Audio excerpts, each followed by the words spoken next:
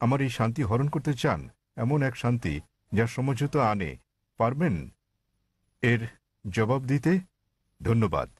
ভাই একটা সুন্দর প্রশ্ন করলেন। তিনি ডক্টর ম্যাথু, তার একটা ওয়েবসাইট এবং সংস্থা রয়েছে নাম ক্রিয়েশন। তিনি বললেন যে তিনি শান্তি খুঁজে পেয়েছেন, শান্তি লাভের জন্য এখানে এসেছেন। বললেন যীশু খ্রিস্টের মধ্যে শান্তি খুঁজে পেয়েছেন, তার পাপের জন্য তিনি ক্রুশবিদ্ধ হয়ে মারা গেছেন। তিনি ক্রুশবিদ্ধ হয়ে মারা গেছেন, তাই তিনি আমাকে প্রশ্ন করছেন আমি কি আপনার শান্তি হরণ করতে পছন্দ করি? ভাই আমি কখনো আপনার শান্তি নষ্ট করতে চাই না। আমি আপনার মিথ্যে শান্তি নষ্ট করতে চাই এবং আপনাকে সত্যিকারের শান্তি দিতে চাই। আমি যীশু খ্রিস্টকে তার উপর শান্তি বর্ষিত হোক ভালোবাসি, তাকে শ্রদ্ধা করি এবং সম্মান করি। আমি জানতে চাই আপনিও কি যীশু খ্রিস্টকে ভালোবাসেন কি না। আপনার কাছে আমার একটা প্রশ্ন, জি। আপনি কি একমত? হ্যাঁ। বিশ্বাস করেন যীশু খ্রিস্ট ঈশ্বর? হ্যাঁ। ঠিক আছে ভাই, এবার হয় আপনি সত্যিকারের শান্তি নিন, নয় আমি আপনার শান্তি গ্রহণ করি। ঠিক, ঠিক আছে। যদি আপনার শান্তি প্রকৃত শান্তি হয় আমি আমার শান্তি ছেড়ে দিয়ে আপনার সঙ্গে যোগ দেব। ঠিক আছে। এখন আমাকে বললেন যীশু খ্রিস্ট তারপর শান্তি পরিষদ হোক ঈশ্বর। আমি চ্যালেঞ্জ করছি আপনাকে, পারলে বাইবেলের এমন একটা অনুচ্ছেদ দেখান, স্পষ্ট করে বলা একটা অনুচ্ছেদ দেখান, একটা দ্ব্যর্থহীন ভাবে বলা অনুচ্ছেদ দেখান, যেখানে যীশু খ্রিস্ট তারপর শান্তি পরিষদ হোক নিজে বলেছেন যে আমি ঈশ্বর অথবা আমার উপাসনা করো, তাহলে আমি খ্রিস্টান ধর্ম গ্রহণ করতে রাজি আছি। আপনি বললেন যীশু হলেন ঈশ্বর। মুসলিমদের যতটা সংশ্লিষ্টতা রয়েছে তাতে ইসলাম ধর্ম হচ্ছে একমাত্র খ্রিস্টান ধর্ম বিশ্বাস যাতে যীশু খ্রিস্টকে তার উপর শান্তি বর্ষিত হোক বিশ্বাস করতে বলা হয়েছে। কোন মুসলিমই মুসলিম হতে পারবে না যদি সে যীশু খ্রিস্টকে বিশ্বাস না করে। আমরা বিশ্বাস করি যে তিনি সর্বশক্তিমান ঈশ্বরের অন্যতম সেরা পয়গম্বর ছিলেন। আমরা বিশ্বাস করি যে তিনি মসীহ ছিলেন, মানে খ্রিস্ট ছিলেন। আমরা বিশ্বাস করি তিনি জন্ম নিয়েছিলেন অলৌকিকভাবে, কোনো পুরুষের সংস্রব ছাড়াই, যা অনেক আধুনিক খ্রিস্টানে বিশ্বাস করে না। আমরা বিশ্বাস করি যে তিনি ঈশ্বরের অনুমতিক্রমে মৃতকে জীবন দান করেছিলেন। আমরা বিশ্বাস করি যে তিনি ঈশ্বরের অনুমতিতে জন্মান্ধর কুষ্ঠরোগীদের সুস্থ করেছিলেন। মুসলিম আর খ্রিস্টানরা এখানে একসঙ্গে চলছি, কিন্তু পার্থক্য আছে। যেমনটা আপনি বললেন যে বেশিরভাগ খ্রিস্টান বিশ্বাস করেন যে যীশু খ্রিস্ট নিজেকে ঈশ্বর দাবি করেছেন। পরিষ্কার করে বলা এমন একটিও উক্তি নেই সম্পূর্ণ বাইবেলে যেখানে যীশু খ্রিস্ট নিজেকে বলেছেন যে আমি ঈশ্বর কিংবা আমার উপাসনা করো। যদি এরকম উক্তি দেখাতে পারেন আমি খ্রিস্ট ধর্ম গ্রহণ করতে প্রস্তুত। যদি তিনি না বলে থাকেন তাহলে কেন আপনারা বিশ্বাস করেন তিনি ঈশ্বর? আর কোথায় যীশু খ্রিস্ট নিজে বলেছেন যে আপনাদের পাপ নিয়ে তিনি ক্রুশবিদ্ধ হয়ে মারা গেছেন? এই শিক্ষাটা হচ্ছে পলের। আপনারা কি পলকে না যীশু খ্রিস্টকে তার উপর শান্তি বর্ষিত হোক অনুসরণ করছেন? বাইবেলের কোথাও নেই। তাই আমার প্রশ্ন হচ্ছে, যখন যীশু খ্রিস্ট কখনো বলেননি যে তিনি ঈশ্বর, তাকে ভালোবাসবেন, আপনাদের সম্মান করা উচিত। তিনি বলেন যখন তাকে জিজ্ঞাসা করা হলো, যা ছিল প্রথম উপদেশ, সেটা উল্লেখ আছে গসপেল অব মার্ক অধ্যায় নম্বর 12 অনুচ্ছেদ নম্বর 29। তিনি বলেন, শোনো হে ইসরায়েলগণ, আমাদের প্রভু ঈশ্বর হলেন এক ঈশ্বর। তিনি পূর্বসূরি মুসা আলাইহিস সালামের বাণীর আক্ষরিক পুনরাবৃত্তি করেন। তাই আমি আপনাকে বলছি, যদি আপনি যীশু খ্রিস্টের বাণীগুলো জেনে থাকেন, যদি আপনি বলেন যে খ্রিস্টান সেই ব্যক্তি যে যীশু খ্রিস্ট বা ঈসা আলাইহিস সালামের উপদেশ অনুসরণ করে, যেমন উল্লেখ রয়েছে বুক অব এফিসিয়েন্স অধ্যায় নম্বর 5 অনুচ্ছেদ নম্বর 18, যে মদ পান করো না। এটা আরো উল্লেখ আছে বুক অব প্রভাবস অধ্যায় নম্বর 20 অনুচ্ছেদ নম্বর 1। মদ হচ্ছে ব্যঙ্গকারী, প্রতারিতরা এটা গ্রহণ করে। আমরা মুসলিমরা মদ পান করি না, কিন্তু অনেক খ্রিস্টানই পান করে। এছাড়াও আমরা মুসলিমরা শুকরের মাংস খাই না, যেমন বাইবেলে উল্লেখ আছে বুক অব লেভিটিকাস অধ্যায় নম্বর 11 অনুচ্ছেদ 7 ও 8, বুক অব ডিউটেরোনমি অধ্যায় 14 অনুচ্ছেদ নম্বর 8, বুক অব আইজায়া অধ্যায় নম্বর 65 অনুচ্ছেদ 2 থেকে 5। তোমরা শুকরের মাংস খাবে না। আমরা মুসলিমরা শুকরের মাংস খাই না, কিন্তু খ্রিস্টানদের বেশিরভাগই খাই। যীশু খ্রিস্টকে তার উপর শান্তি বর্ষিত হোক তার জন্মের 8ম দিনে খতনা করা হয়েছিল। এটা আছে গসপেল অব লুক অধ্যায় নম্বর 2 অনুচ্ছেদ নম্বর 21। আমরা মুসলিমরা খতনা করি, কিন্তু বেশিরভাগ খ্রিস্টানই তা করে না। যদি খ্রিস্টান মানে এটা হয় যে ব্যক্তি যীশু খ্রিস্ট সাল্লাল্লাহু সাল্লামের বাণী অনুসরণ করে, তাহলে আমি গর্বের সাথে বলি মুসলিমরা খ্রিস্টানদের চেয়ে অনেক ভালো খ্রিস্টান। তাহলে কোথায় আপনারা যীশু খ্রিস্টের উপদেশ মেনে চলেন আর বলেন যে আপনারা তার উপাসনা করেন? তো ভাই, বাইবেলের এমন একটা অনুচ্ছেদ আপনি উল্লেখ করেন যেখানে যীশুখ্রিস্ট তার নিজের মুখে দ্ব্যর্থহীন ভাষায় বলেছেন যে আমি ঈশ্বর কিংবা আমার উপাসনা করো। ডক্টর জাকির নায়েক। জি ভাই। আমার প্রশ্নটি ছিল শান্তির ওপর, এবং আমার সেই শান্তি রয়েছে। আমি কোনো কিছু প্রমাণ কিংবা আপনার সঙ্গে ভিন্নমত পোষণ করার জন্য কিছু মুখস্থ রাখতে কিংবা বলতে আসি। আমি যা বলতে চাই তা হচ্ছে শান্তি, যা আমার বিশ্বাস থেকে এসেছে। কারণ আমরা সবাই পাপী এবং আমাদের পাপ মোচনের জন্য ত্যাগ স্বীকার করা প্রয়োজন।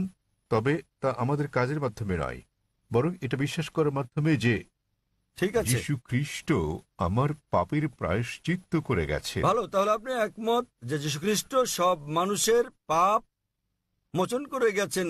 আপনি কি ব্যাপারে একমত? হ্যাঁ, যারা তাকে বিশ্বাস করে। ঠিক আছে, তাহলে ধরুন আপনার মতো একজন খ্রিস্টান যে যীশু খ্রিস্টকে বিশ্বাস করে সে আপনার স্ত্রীকে ধর্ষণ করলো, তাহলে কি সে স্বর্গে না নরকে যাবে? মাফ করবেন। যদি একজন খ্রিস্টান হুম। এসে আপনার স্ত্রীকে ধর্ষণ করে, যে বিশ্বাস করে যীশু খ্রিস্ট তার পাপের জন্য মারা গেছেন, তাতে যে পাপই করুক না কেন তার পাপ মোচন হয়ে গেছে। তো না। যীশু খ্রিস্ট যদি তার পাপের জন্য মারা গিয়ে থাকেন, এর অর্থ সব খ্রিস্টান পুরুষরা নারী ধর্ষণ করলে কোনো পাপ হবে না, না? কখনই না। কেন কখনো নয়? আপনি তো বললেন, যদি আপনি কোনো বলেছেন, ব্যক্তি আপনি তো বললেন ভাই, আপনি বললেন আপনার কর্ম আপনাকে স্বর্গে নেবে না, এটা আপনার বিশ্বাস। তাহলে যদি বিশ্বাস করেন যীশু খ্রিস্ট আপনার পাপের জন্য মারা গেছেন, যদি ধর্ষণ করেন, ডাকাতি করেন, যদি অন্য মানুষকে নির্যাতন করেন, তাহলে কি আপনি স্বর্গে যেতে পারবেন? সে খ্রিস্টানই নয়, যদি সে এমন কাজ করে, সহজ কিন্তু ব্যাপার। তিনি তো যীশু খ্রিস্টকে বিশ্বাস করেন, এমন খ্রিস্টান অনেককে না। আমি চিনি।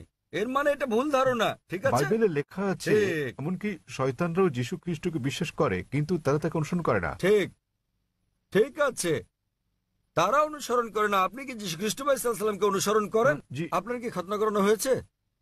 জি। তাহলে না, আমাকে খতনা করানো তাহলে হয়নি। কেন আপনি যীশু খ্রিস্টকে অনুসরণ করেন না? যীশু খ্রিস্টকে অষ্টম দিনে খতনা করানো হয়েছিল। আপনি একজন ডক্টর, জি। ঠিক? আপনি জানেন খতনা স্বাস্থ্যগত দিক দিয়ে কত সেটা উপকারী। আমার হাতে ছিল না, তাহলে সেটা ছিল কেন আমার আপনি পিতামাতার হাতে। তো এখনো আপনি করতে পারেন, কোনো সমস্যা নেই। অবশ্যই। আপনি চাইলে সাহায্য করবো আমি। 1 নম্বর পয়েন্ট। 2 নম্বরটা হচ্ছে, আপনি কি শুকরের মাংস খান ভাই? না, কেন আপনি শুকরের মাংস খান না? ওল্ড টেস্টামেন্টে তা উল্লেখ আছে ঠিক। এবং ঈশ্বর তা উল্লেখ আপনি কি করেছে। মাদক সেবন করেন? আপনি কি মদ পান করেন? না। ভালো। আপনি কি বিশ্বাস করেন যীশু খ্রিস্ট ঈশ্বর? যিশু ঈশ্বর, যিনি মানুষরূপে পৃথিবীতে এসেছিলেন। কোথায় এটা উল্লেখ আছে বাইবেলের কোন অনুচ্ছেদে আমাকে বলেন? বাইবেলে কোন অনুচ্ছেদে? হ্যাঁ, বাইবেলের কোন অনুচ্ছেদে? কোন অনুচ্ছেদে কোথায় যীশু খ্রিস্ট নিজে বলেছেন যে তিনি ঈশ্বর? ধরেন যদি কেউ আপনাকে ঈশ্বর বলে, আপনি কি বিশ্বাস করবেন আপনি ঈশ্বর? কেউ যদি আমাকে ঈশ্বর বলে, আমি কি তা বিশ্বাস করব? এই বিষয়টা মনে রাখা দরকার। যীশু খ্রিস্ট কখনো নিজেকে ঈশ্বর দাবি করেননি। প্রকৃতপক্ষে আপনি গসপেল অফ ম্যাথিউ অধ্যায় নম্বর 19 অনুচ্ছেদ 16 ও 17 দেখবেন, এক ব্যক্তি যীশু খ্রিস্টের কাছে এসে বলল, ও গুড মাস্টার, কি ভালো কাজ করলে আমি অনন্ত জীবনে প্রবেশ করতে পারবো? তখন যীশু খ্রিস্ট তারপর শান্তি পরিশুদ্ধ হোক বললেন, কেন তুমি আমাকে ভালো বলছো ঈশ্বরকে বাদ দিয়ে? কেন তুমি আমাকে গুড বলছো? একটি মাত্র গুড আছে, আর তা স্বর্গের ঈশ্বর। এবং তুমি যদি অনন্ত জীবন পেতে চাও, তাহলে উপদেশ বাণী মেনে চলো। তিনি কখনোই বলেননি যদি স্বর্গে যেতে চাও তোমরা আমাকে ঈশ্বর বলে বিশ্বাস করো। তিনি কখনো বলেননি যে তোমরা বিশ্বাস করো আমি তোমাদের পাপের জন্য মারা গেছি। তিনি বলেছেন যদি স্বর্গে যেতে চাও তাহলে উপদেশ বাণী মেনে চলো। আর এই উপদেশগুলো কি? ডাকাতি করো না, তোমরা মদ খেও না, প্রতিবেশীর স্ত্রীর প্রতি লালসা করো না। উপদেশ অনুযায়ী কাজ করলে তা তোমাকে স্বর্গে পৌঁছে দেবে। যীশুখ্রিস্ট কখনোই বলেননি যে তিনি ঈশ্বর ছিলেন। তাহলে আপনারা কেন বলছেন যে যীশুখ্রিস্ট তারপর শান্তি বর্ষিত হোক ঈশ্বর? আপনারা তার বাণী মানছেন না। আমি বলিনি যে যিশু ঈশ্বর, আমি বলেছি আমার মনে শান্তি আছে এবং এই শান্তি ভাগ করে নিতে চাই। ভাই, অনেক মানুষ আছে, শয়তানের পূজা অর্চনা করার একটা দল আছে, আপনি কি জানেন? আপনি কি এ ব্যাপারে শয়তানের পূজা সচেতন? অর্চনা করার অনেক ঠিক, দল। তাই তারা শয়তানের পূজা করে শান্তি পায়, তবে তা মিথ্যে শান্তি। তাই তো আপনাকে মিথ্যে শান্তি থেকে বের করে নিয়ে এই সত্যিকারের শান্তি দিতে চাই আমি। আপনি যাকে শান্তি বলছেন সেটা প্রকৃত শান্তি নয়। আপনি একটা ভুয়া ঈশ্বরের উপাসনা করছেন। যীশুখ্রিস্ট তার উপর শান্তি বর্ষিত হোক কখনো বলেননি তিনি ঈশ্বর। সুতরাং আপনি ভুল ঈশ্বরের উপাসনা করছেন এবং আপনি ভুয়া শান্তিতে আছেন। যেমন কিছু মানুষ শয়তানের পূজা করেও তারা ভাবে যে তারা সঠিক পথে আছে। আমি আপনাকে এই ভুয়া শান্তি থেকে বের করে নিয়ে আসল শান্তির পথে আনতে চাই, কারণ আমি নিজেকে একজন খাঁটি খ্রিস্টান ভাবি। যদি খ্রিস্টান মানে এমন ব্যক্তি হয় যিনি যীশু খ্রিস্ট বা ঈসা আলাইহিস সালামের বাণী মেনে চলেন, তাহলে আমি খ্রিস্টানদের চেয়ে বড় খ্রিস্টান। আপনি কি জানেন যীশু খ্রিস্ট তারপর শান্তি বর্ষিত হোক বলেন, গসপেল অফ জন অধ্যায় নম্বর 16 অনুচ্ছেদ 12 থেকে 14, তোমাদেরকে আমার অনেক কিছু বলার আছে, কিন্তু তোমরা এখন তা সহ্য করতে পারবে না। যখন সত্যের আত্মা আসবেন তিনি তোমাদের সত্যের দিকে নিয়ে যাবেন। তিনি তোমাদেরকে ভবিষ্যতে নিদর্শন দেখাবেন, আমাকে গৌরবান্বিত করবেন। যীশু খ্রিস্টের পর কোন নবী ঈসা আলাইহিস সালামকে যীশু খ্রিস্টকে গৌরবান্বিত করেছেন? তিনি নবী মুহাম্মদ সাল্লাল্লাহু আলাইহি সাল্লাম। তাহলে নবী মুহাম্মদের আগমনের পূর্বাভাস, ভবিষ্যৎবাণী রয়েছে বাইবেলে। এমন অনেক উদ্ধৃতি রয়েছে। আপনার কাছে প্রশ্ন, কেন যীশু খ্রিস্ট বা ঈসা আলাইহিস সালামের নির্দেশগুলো মানেন না এবং কেন নবী মুহাম্মদ সাল্লাল্লাহু আলাইহি সাল্লামকে অনুসরণ করেন না? তাহলে আপনি কেমন খ্রিস্টান? আপনি কি বোঝাতে চেয়েছেন যে আমি খ্রিস্টানদের শিক্ষা অনুসরণ করি না? মোটেই তা নয়, আমি রেফারেন্স দিয়ে উদ্ধৃতি দিচ্ছি। বাড়ি ফিরে গিয়ে আপনি বাইবেল দেখেন রেফারেন্স সহ। আমি সত্যিকারের খ্রিস্টান, আপনি খ্রিস্টান নন। যাচাই করা সহজ ভাই। সহজ, খুবই সহজ। আপনি যা বলছেন আমি তা উদ্ধৃতি দিয়ে বলছি, আপনি একটি উদ্ধৃতিও দিতে পারেননি। আমি খ্রিস্ট ধর্মবেত্তাদের চ্যালেঞ্জ করছি। আমি খ্রিস্ট ধর্মবেত্তাদের যে কাউকে চ্যালেঞ্জ করছি।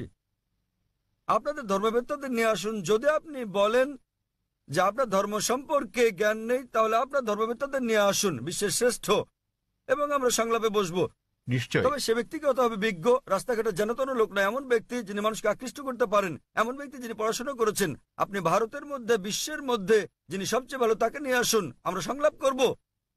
জি এবং স্যার। আপনি তাকে প্রশ্ন করতে পারেন। আমি যে সব প্রশ্ন করছি সেগুলো তাকে জিজ্ঞেস করুন যে বাইবেলের কোথায় উল্লেখ করা আছে কোন দ্ব্যর্থহীন উক্তি যেখানে যীশু খ্রিস্ট বা ঈসা আলাইহিস সালাম নিজে বলেছেন যে আমি ঈশ্বর অথবা আমার উপাসনা করো। আমি জাকির নায়েক অবিলম্বে আপনার এই কথা মেনে নেব। আপনি যদি বাইবেলের যে কোনো সংস্করণ থেকে দেখাতে পারেন কোন দ্ব্যর্থহীন উক্তি, কোন সুস্পষ্ট উক্তি যেখানে যীশু খ্রিস্ট বা ঈসা আলাইহিস সালাম নিজে বলেছেন যে আমি ঈশ্বর কিংবা আমার উপাসনা করো, তাহলে আমি তাকে ঈশ্বর মানব। তবে এমন একটি উক্তি নেই। সুতরাং আপনারা যা করছেন তা হচ্ছে যীশু খ্রিস্টের উপদেশগুলো আপনারা অনুসরণ করছেন না। এটা হচ্ছে চার্চের শিক্ষা, যীশু খ্রিস্টের তার উপর শান্তি বর্ষিত হোক নয়। তাই আমি আপনাকে অনুরোধ করি ভাই, দয়া করে মিথ্যা শান্তি ত্যাগ করুন এবং সত্যিকারের শান্তি গ্রহণ করুন। সত্যিকারের শান্তি হচ্ছে ঈশ্বরের কাছে আত্মসমর্পণ করা, সেই ঈশ্বর যিনি যীশু খ্রিস্ট বা ঈসা আলাইহিস সালামকে সৃষ্টি করেছেন, কোন ভুয়া দেবতা নয়। যীশু খ্রিস্ট বা ঈসা আলাইহিস সালাম ঈশ্বরের একজন পয়গম্বর ছিলেন, ঈশ্বর ছিলেন না। আশা করি উত্তরটা পেয়েছেন। শুভ সন্ধ্যা স্যার, আমার নাম সিমি। আমার প্রশ্ন, ইসলামে কেন নারীদেরকে তাদের স্বামীকে তালাক দেওয়ার অনুমতি দেয়া হয়নি? বোন প্রশ্ন করলেন যে কেন নারীদেরকে স্বামীকে তালাকের অনুমতি দেওয়া হয়নি। তালাক প্রসঙ্গে বলতে গেলে বোন, বিস্তৃতভাবে আপনি তালাককে 5 ক্যাটাগরিতে ভাগ করতে পারেন। একটা হচ্ছে স্বামী এবং স্ত্রীর পারস্পরিক সম্মতিতে, এটা প্রথম ক্যাটাগরি। দ্বিতীয় ক্যাটাগরি স্বামীর ইচ্ছায় একতরফাভাবে। তৃতীয় ক্যাটাগরি যদি নিকাহনামায় উল্লেখ করা হয়ে থাকে, একজন নারী যখন একজন পুরুষকে বিয়ে করেন তখন যদি তিনি চুক্তির মধ্যে এটা উল্লেখ করেন। কোরআনে কর্তৃত্ব পুরুষকে কেন দেওয়া হয়েছে এ ব্যাপারে আমি পরে আলোচনা করব। তবে নিকাহনামায় যেহেতু বিয়ে হচ্ছে একটা বৈবাহিক চুক্তি, একজন নারী যে কোনো শর্ত জুড়ে দিতে পারেন, এ ব্যাপারে নিষেধ নেই কোরআনে। এই শর্তও দিতে পারেন যে আমি চাই না আমার স্বামী দ্বিতীয় স্ত্রী গ্রহণ করুক, কেননা একজনের বেশি স্ত্রী গ্রহণ ইসলামে আবশ্যকীয় নয়। এতে রাজি থাকলে বিয়ে হবে, না হলে হবে না। মহিলা অন্য একজন পুরুষ, পুরুষ অন্য একজন নারী খুঁজে নেবে। নারী এই শর্ত দিতে পারেন যে যতদিন আমি জীবিত আছি ততদিন তুমি দ্বিতীয় স্ত্রী গ্রহণ করো, আমি চাই না সেটা। কিন্তু আপনি কোরআন পরিপন্থী কোনো শর্ত দিতে পারবেন না। আপনি এমন শর্ত দিতে পারবেন না যে আমি চাই না তুমি নামাজ আদায় করো, কারণ নামাজ আদায় করাটা হচ্ছে অবশ্যই কর্তব্য। আপনি এমন শর্ত দিতে পারেন না যে ঐচ্ছিক। অনুরূপভাবে নারী এমন শর্ত দিতে পারেন যে আমার একতরফা তালাক দেওয়ার এখতিয়ার থাকবে। একে বলে তালাকে তাবভিজ অথবা ইসমা। তৃতীয় ক্যাটাগরি। চতুর্থ ক্যাটাগরি হচ্ছে তিনি শর্তের মধ্যে উল্লেখ করেন নাই, কিন্তু এখন তিনি তালাক চান। এক্ষেত্রে তিনি স্বামীকে তালাকের জন্য অনুরোধ করতে পারেন, আমি তোমার সঙ্গে থাকতে চাই না। স্বামীর কাছে তালাকের অনুরোধ জানালে একে বলে খুলা। এবং পঞ্চম ক্যাটাগরি, যদি স্বামী রাজি না হয়, স্বামী তার সঙ্গে দুর্ব্যবহার করে, সেক্ষেত্রে তিনি কাজীর কাছে যেতে পারেন, বিচারকের কাছে যেতে পারেন এবং তিনি নিকাহে ফাস্ক বা বিবাহ বাতিল করতে পারেন। স্বামী খারাপ ব্যবহার করলে, স্ত্রীর অধিকার না দিলে তিনি বিচারকের কাছে যেতে পারবেন, বিবাহ বাতিল করতে পারবেন।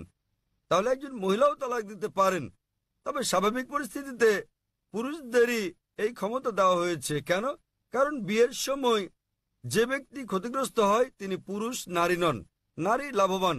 যদি আপনি আমার কথা শুনে থাকেন, গত শনিবারে ইসলামে নারীর অধিকার, অধীনতা না সুরক্ষা এ ব্যাপারে আমি সেখানে বলেছি যে বিয়ের সময় নারীদের প্রাপ্তিযোগ ঘটে। কোরআনে বলা হয়েছে সূরা নিসা অধ্যায় 4 আয়াত নম্বর 4 যে নারীদেরকে দিয়ে দাও বিবাহের সময় বৈবাহিক পুরস্কার, মোহর। বিয়ের সময় স্বামী স্ত্রীকে দিয়ে থাকে নির্দিষ্ট পরিমাণ অর্থ মোহর। মোহর যে কোনো পরিমাণ হতে পারে। তাহলে ভাবুন, নারীর বিয়ের আগে এটা পুরুষের কর্তব্য, অর্থাৎ পিতা এবং ভাইয়ের কর্তব্য। বিয়ের পর এই দায়িত্ব তার স্বামীর, আর ছেলের তার অন্ন, বস্ত্র, বাসস্থান সহ সব আর্থিক বিষয়গুলো দেখা। যদি তালাক হয়ে যায় তাহলে তার দেখাশোনার দায়িত্ব হচ্ছে পিতামাতার। পিতামাতা না থাকলে সমাজের দায়িত্ব তার দেখাশোনা করা। সমাজ না করলে ইসলামী রাষ্ট্রের দায়িত্ব তার দেখভাল করা। তাই সে আর্থিক দিক থেকে নিরাপদ। যদি তালাক হয়ে যায়, পুরুষ তালাক দেয়, তো তার মোহর লস। কিন্তু নারীর প্রাপ্তিযোগ আছে। এখন তার বিয়ের সম্ভাবনা রয়েছে। আবার বিয়ে করলে সে নতুন মোহর পায়। আর পুরুষ যদি আরেকজন নারীকে বিয়ে করতে যায়, নতুন করে মোহর দিতে হবে। যদি পুরুষ কর্তৃক নারীকে দেওয়া হয় তাহলে বিয়ের পর সে তালাক দিয়ে অর্থ উপার্জন করতে থাকবে। তাতে ক্ষতিগ্রস্ত কে? পুরুষ। সুতরাং সর্বশক্তিমান আল্লাহ অন্যভাবে পুরুষের মর্যাদা রক্ষা করে থাকেন। অন্যথায় ইসলামে পুরুষের অধিকার শীর্ষক লেকচার দিতে হবে। কারণ তালাক হলে পুরুষ নারীর চেয়ে আর্থিক ও অন্যান্য দিক দিয়ে বেশি ক্ষতিগ্রস্ত হয়। নারী নিরাপত্তা পায় পরিবার থেকে, সমাজ থেকে, রাষ্ট্রের কাছে, পুরুষ তা পায় না। তাই এইসব কারণে আল্লাহ সর্বশক্তিমান ঈশ্বর পুরুষকে নিরাপত্তা দিয়েছেন। তথাপিও নারী চাইলে বৈবাহিক চুক্তিতে উল্লেখ করলে সে নিজেও তালাক দিতে পারবে, অথবা সে তালাক দেওয়ার জন্য স্বামীকে অনুরোধ করতে পারে, যাকে বলে খুলা, অথবা স্বামী খারাপ ব্যবহার করলে বিচারকের কাছে যেতে পারে এবং বিবাহ বাতিল করে দিতে পারে, যাকে বলে নিকাহে ফাস্ক। আশা করি উত্তরটা পেয়েছেন। জি, আপনাকে ধন্যবাদ। হ্যাঁ, পিছনের দিকের বাইক থেকে আপনি বলুন। আমি মিসেস পল। আমি হাইকোর্টের একজন উকিল। আমি হিন্দু, বিয়ে হয়েছে খ্রিস্টানের সঙ্গে। আমার মনে এই প্রশ্নটি এসেছে মানুষ হত্যার ব্যাপারে ডাক্তার সাহেবের চিন্তাভাবনা এবং ইসলামের শিক্ষার কথা শোনার পর। যদি হত্যা করা ইসলামে কঠোরভাবে নিষিদ্ধ হয়, তাহলে কেন মুসলমানদের আধ্যাত্মিক নেতারা জিহাদের নামে যে হত্যাকাণ্ড চলছে তার প্রকাশ্য সমালোচনা ও বিরোধিতা করছেন না? মুসলমানরা কিভাবে কতিপয় মুসলমানের ইসলামের অপব্যবহার ও অপব্যাখ্যা মেনে নিচ্ছেন, যারা সারা বিশ্বে মুসলমানদের নামে কলঙ্ক লেপন করছেন? বোন সুন্দর একটা প্রশ্ন করলেন। বললেন যে তিনি ইসলামের শিক্ষা থেকে অনুপ্রাণিত হয়েছেন, ইসলাম নিরপরাধ মানুষ হত্যার বিপক্ষে, কিন্তু তবুও কেন সব মুসলিম নেতারা একত্রিত হয়ে এর নিন্দা করে না যেসব হত্যাকাণ্ড চলছে জিহাদের নামে, এবং এ ধরনের কিছু কুলাঙ্গারের কারণে ইসলাম কলুষিত হচ্ছে? বোন, বিস্তারিত জবাবের জন্য আপনাকে 1 বছর আগে 2008 সালের নভেম্বরে বিগত শান্তি সম্মেলনে আমার আলোচনার শেষ দিকের কথাগুলো শুনতে হবে। দ্বিতীয় আন্তর্জাতিক শান্তি সম্মেলনে আমার শেষ বক্তব্যটার বিষয় ছিল মিডিয়া এবং ইসলাম, যুদ্ধ না শান্তি। প্রধানত যারা দোষী তারা হচ্ছে মিডিয়া। মিডিয়ায় কোনো সম্প্রদায়ের কুলাঙ্গারদের খুঁজে বের করে এবং তাদেরকে এমনভাবে তুলে ধরে যেন তারাই হচ্ছে অনুসরণীয় মুসলিম। এটাই হচ্ছে মিডিয়া। তাই মিডিয়ায় যে আপনারা দেখছেন সেগুলো ঘটনার বাস্তব চিত্র নয়। কোরআনে পরিষ্কারভাবে বলা হয়েছে, সূরা মাইদা অধ্যায় 5 আয়াত 32, যে যদি কেউ কোনো মানুষকে হত্যা করে, হোক মুসলিম বা অমুসলিম, সেটা যদি হত্যার অপরাধ বা দেশে বিশৃঙ্খলা সৃষ্টির অপরাধে না হয়, তাহলে সে যেন সমগ্র মানবজাতিকে হত্যা করলো। এবং যদি কেউ কোনো মানুষের জীবন রক্ষা করে, তাহলে সে যেন পুরো মানবজাতিকে রক্ষা করলো।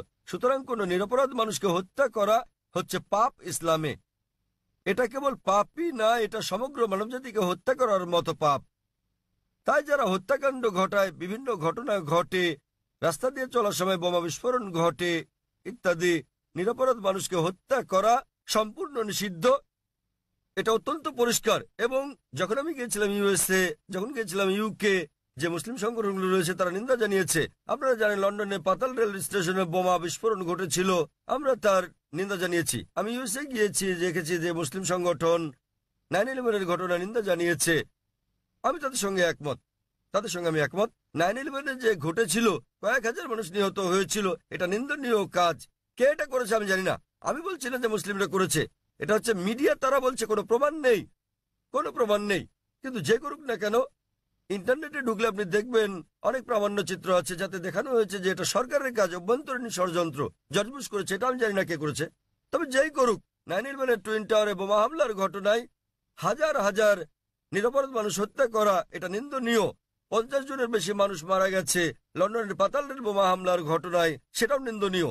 2 বছর আগে জুলাই মাসে বোম্বেতে ট্রেনে যে বোমা হামলার ঘটনা ঘটে, সেখানে 100-রও বেশি মানুষ নিহত হয়, এটাও নিন্দনীয়। কিন্তু এখানেই থামলে চলবে না। একইভাবে আমি আফগানিস্তানে হাজার হাজার মানুষ হত্যারও নিন্দা জানাই, নিন্দা করি। ইরাকে হাজার হাজার মানুষ হত্যার, ফিলিস্তিনে হাজার হাজার মানুষ হত্যারও নিন্দা করি। আমি একে শ্বেত সন্ত্রাসবাদ বলি। আপনারা জানেন তারা কি করছে? তারা ক্ষেপণাস্ত্র পাঠাচ্ছে, তারা পাঠাচ্ছে বোমা। আপনারা জানেন ফিলিস্তিনিরা তারা লড়াই করছে ইটপাটকেল দিয়ে, আর তাদেরকে বলা হচ্ছে সন্ত্রাসী। আপনারা জানেন আমেরিকা বোমা পাঠাচ্ছে, প্যাট্রিয়ট ক্ষেপণাস্ত্র, গুচ্ছ বোমা পাঠাচ্ছে। এই গুচ্ছ বোমা যখন কোথাও পড়ে, তখন এটা অনেকগুলো বোমায় বিভক্ত হয়। এভাবে হাজার হাজার আফগানকে হত্যা করা হচ্ছে। কিন্তু কেন? এটা কাপুরুষোচিত কাজ। সেজন্য সমাপনী বক্তৃতায় আমি বলেছিলাম গত কয়েক শতাব্দীর সবচেয়ে বড় সন্ত্রাসী জর্জ বুশ। 1 নাম্বার। জর্জ বুশের মতো এত মানুষ আর কেউ হত্যা করেনি। এখন তিনি আর ক্ষমতায় নেই।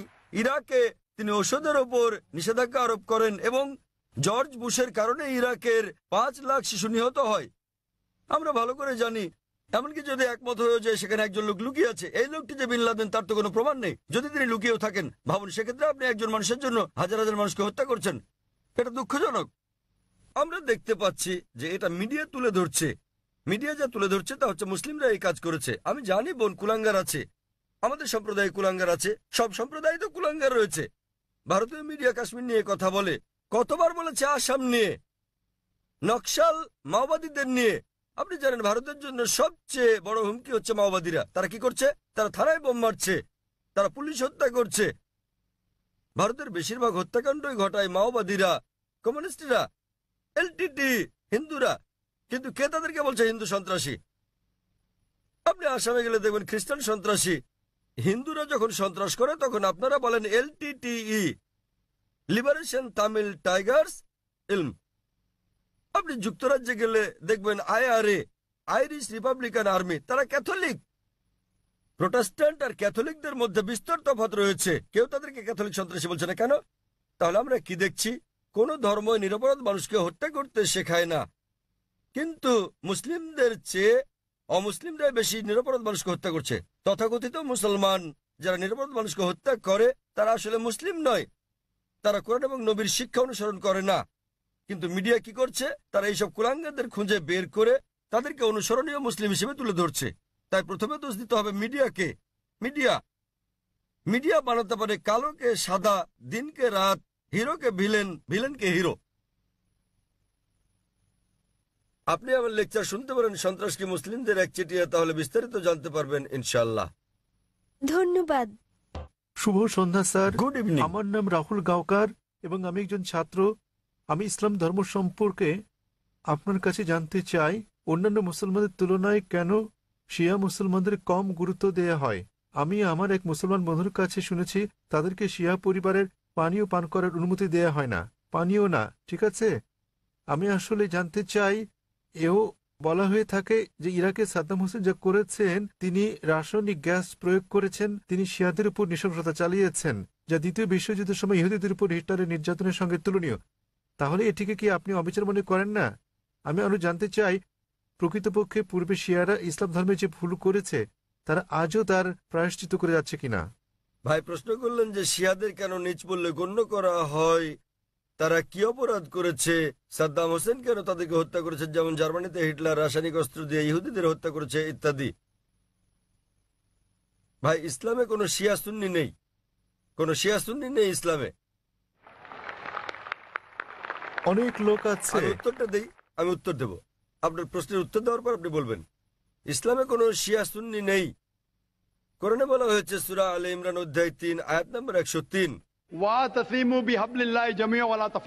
তোমরা আল্লাহর রজ্জু শক্ত করে ধরো এবং পরস্পর বিচ্ছিন্ন হও না। আমাদেরকে আল্লাহর রজ্জু ধরতে হবে, এটা কোরআন এবং নবী মুহাম্মদ সাল্লাল্লাহু আলাইহি ওয়াসাল্লামের সহিহ হাদিস। যদি আপনি এই রজ্জু ধরেন তাহলে আপনি খাঁটি মুসলিম। ইসলামে শিয়া সুন্নি নেই এবং ইসলামে কোনো ভাগ নেই। কোরআন বলছে সূরা আনাম অধ্যায় নম্বর 6 আয়াত নম্বর 159, হে নবী, নিশ্চয়ই যারা খণ্ড বিখণ্ড করেছে, অনেক দল করেছে ইসলাম ধর্মকে, তাদের সাথে আপনার কোনো সম্পর্ক নেই। আল্লাহ বিচার দিবসে তাদের ব্যাপারটা দেখবেন। এবং আমাদের নবী মুহাম্মদ সাল্লাল্লাহু আলাইহি ওয়াসাল্লাম বলেছেন যে মুসলিমদের মধ্যে 73টি দল হবে, এর মধ্যে কেবলমাত্র একটি দল যাবে জান্নাতে। সাহাবাগণ জিজ্ঞেস করলেন কোন দলটি? যারা অনুসরণ করবে আমাকে এবং আমার সাহাবীদের, যারা কোরআন এবং নবীর সহিহ হাদিস মেনে চলবে তারা। সুতরাং কোরআন বলছে ধর্মকে খণ্ড বিখণ্ড করো না। আমাদের নবী বলেন, এমনকি কোরআনে বলা হয়েছে কিছু লোক থাকবে তারা দল সৃষ্টি করবে। কতটা? 73টা। যে দল সঠিক পথে থাকবে তারা বিভাজন সৃষ্টি করবে না। সুতরাং যে কেউ নিজেকে মুসলিম ছাড়া অন্য কিছু বললেও শব্দটি হবে মুসলিম। মুসলিম মানে যে নিজের ইচ্ছাকে আল্লাহর কাছে সমর্পণ করেছে। নবী কি ছিলেন? তিনি শিয়া ছিলেন না সুন্নি ছিলেন? তিনি কি ছিলেন? তিনি ছিলেন মুসলিম। এবং এর আগে আমি বোনকে যে জবাব দিয়েছি তাতে ছিল সূরা আলে ইমরান অধ্যায় 3 আয়াত নম্বর 64 বলা হয়েছে, সাক্ষী থাকো যে আমরা মুসলিম। বিচার করার জন্য আপনি কি করবেন মুসলিমরা ঠিক না ভুল পথে চলছে? আপনি দেখবেন কোরআন। মোহাম্মদ, জাকির, সুলতান, আব্দুল্লাহ, যে কোনো নাম হোক, কোনো সমস্যা নেই। নিজেকে পরীক্ষা করতে বলেন, যদি সে কোরআন এবং নবীর নির্ভরযোগ্য বাণী বুখারী, মুসলিম ইত্যাদি অনুসরণ করে তাহলে সে খাঁটি মুসলিম। যদি সে নবীর প্রকৃত শিক্ষার বাইরে যায়, বুখারী, মুসলিম এবং অন্যান্য সহিহ হাদিসের বাইরে যায় এবং কোরআনের বিপক্ষে যায়, তাহলে সে প্রকৃত মুসলিম নয়। প্রকৃত মুসলিম হচ্ছে সে যে মেনে চলে কোরআন এবং নবী মোহাম্মদ সাল্লাল্লাহু আলাইহি সাল্লামের যথাযথ শিক্ষা। সুতরাং এটা জানার পর নিজেকে সে যাই বলুন না কেন, যদি না মেনে চলেন কোরআন এবং নবীর সব শিক্ষা হাদিস, তাহলে সে প্রকৃত মুসলিম নয়। আপনার প্রশ্নের দ্বিতীয় অংশ, সাদ্দাম হোসেন। প্রশ্নের মধ্যে সাদ্দাম হোসেন নেই, আছে প্রশ্নের মধ্যে? হ্যাঁ, সাদ্দাম হোসেন। সাদ্দাম হোসেন শিয়াদের হত্যা করেন। ভাই, আমি জানি না তিনি শিয়াদের হত্যা করেছেন কিনা, এটা মিডিয়া বলছে, কিন্তু হোক সাদ্দাম হোসেন, হোক হিটলার, হোক জর্জ বুশ, যে কোনো নিরপরাধ মানুষকে হত্যা করে, শিয়া সুন্নি বাদ দেন, যদি সে হত্যা করে নিরপরাধ কোনো হিন্দু, নিরপরাধ খ্রিস্টান, নিরপরাধ ইহুদিকে, তাহলে সেটা বড় অপরাধ। হোক না কেন সাদ্দাম হোসেন, হোক জর্জ বুশ, হোক না হিটলার, যে কোনো নিরপরাধ মানুষকে হত্যা করে, হোক সে মুসলিম বা মুসলিম, হোক না কোনো হিন্দু বা খ্রিস্টান কিংবা ইহুদি, যদি কেউ কোনো নিরপরাধ মানুষকে হত্যা করে, সেটা হচ্ছে একটা পাপ কাজ, এটা নিষিদ্ধ। কারো সাফাই করতে আমি এখানে আসিনি, তাতে হোক তার নাম জর্জ বুশ, হিটলার, সুলতান, আব্দুল্লাহ, টম, ডিক, হ্যারি বা যে কেউ, যে কোনো নির্দোষ মানুষকে হত্যা করা সবার জন্য নিষিদ্ধ। আশা করি উত্তরটা পেয়েছেন। স্যার, তার মানে আপনি বলতে চান আমাদের শিয়া সুন্নি কিংবা বহুরি মুসলিমে বিশ্বাস করা উচিত আমি নয়, তা স্যার? বলছি না। কোরআন কোন শিয়া সুন্নি নেই, কোরআনে মানে কোনো স্যার, বহুরি নেই। এখানে অনেক মসজিদ আছে, অনেক মসজিদ। তাহলে আপনি তাদেরকে বলেন, তাদের জিজ্ঞেস করেন শিয়া কথাটা কোথায় আছে কোরআনে, তাকে জিজ্ঞেস করেন বহুরি কোথায় আছে কোরআনে। স্যার, এটা আমার কলেজ বান্দ্রায়, স্যার, আমি অধ্যয়ন করছি। সুতরাং তারা মেনে চলছে না। আপনাকে যা করতে হবে তা হচ্ছে তাদের জিজ্ঞেস করেন তারা কি মোহাম্মদ সাল্লাল্লাহু আলাইহি সাল্লামের শিক্ষা অনুসরণ করে চলছে, তারা কি আল্লাহ সুবহানাহু ওয়া তাআলার শিক্ষা অনুসরণ করছে। আল্লাহ কোরআনে বলেছেন, সূরা আনাম অধ্যায় নম্বর 6 আয়াত নম্বর 159, যারা সৃষ্টি করেছে বিভক্তি ইসলাম ধর্মে, তাদেরকে আপনার কিছু করার নেই। ইসলাম ধর্মে বিভক্তি সৃষ্টি করা এটা হচ্ছে হারাম।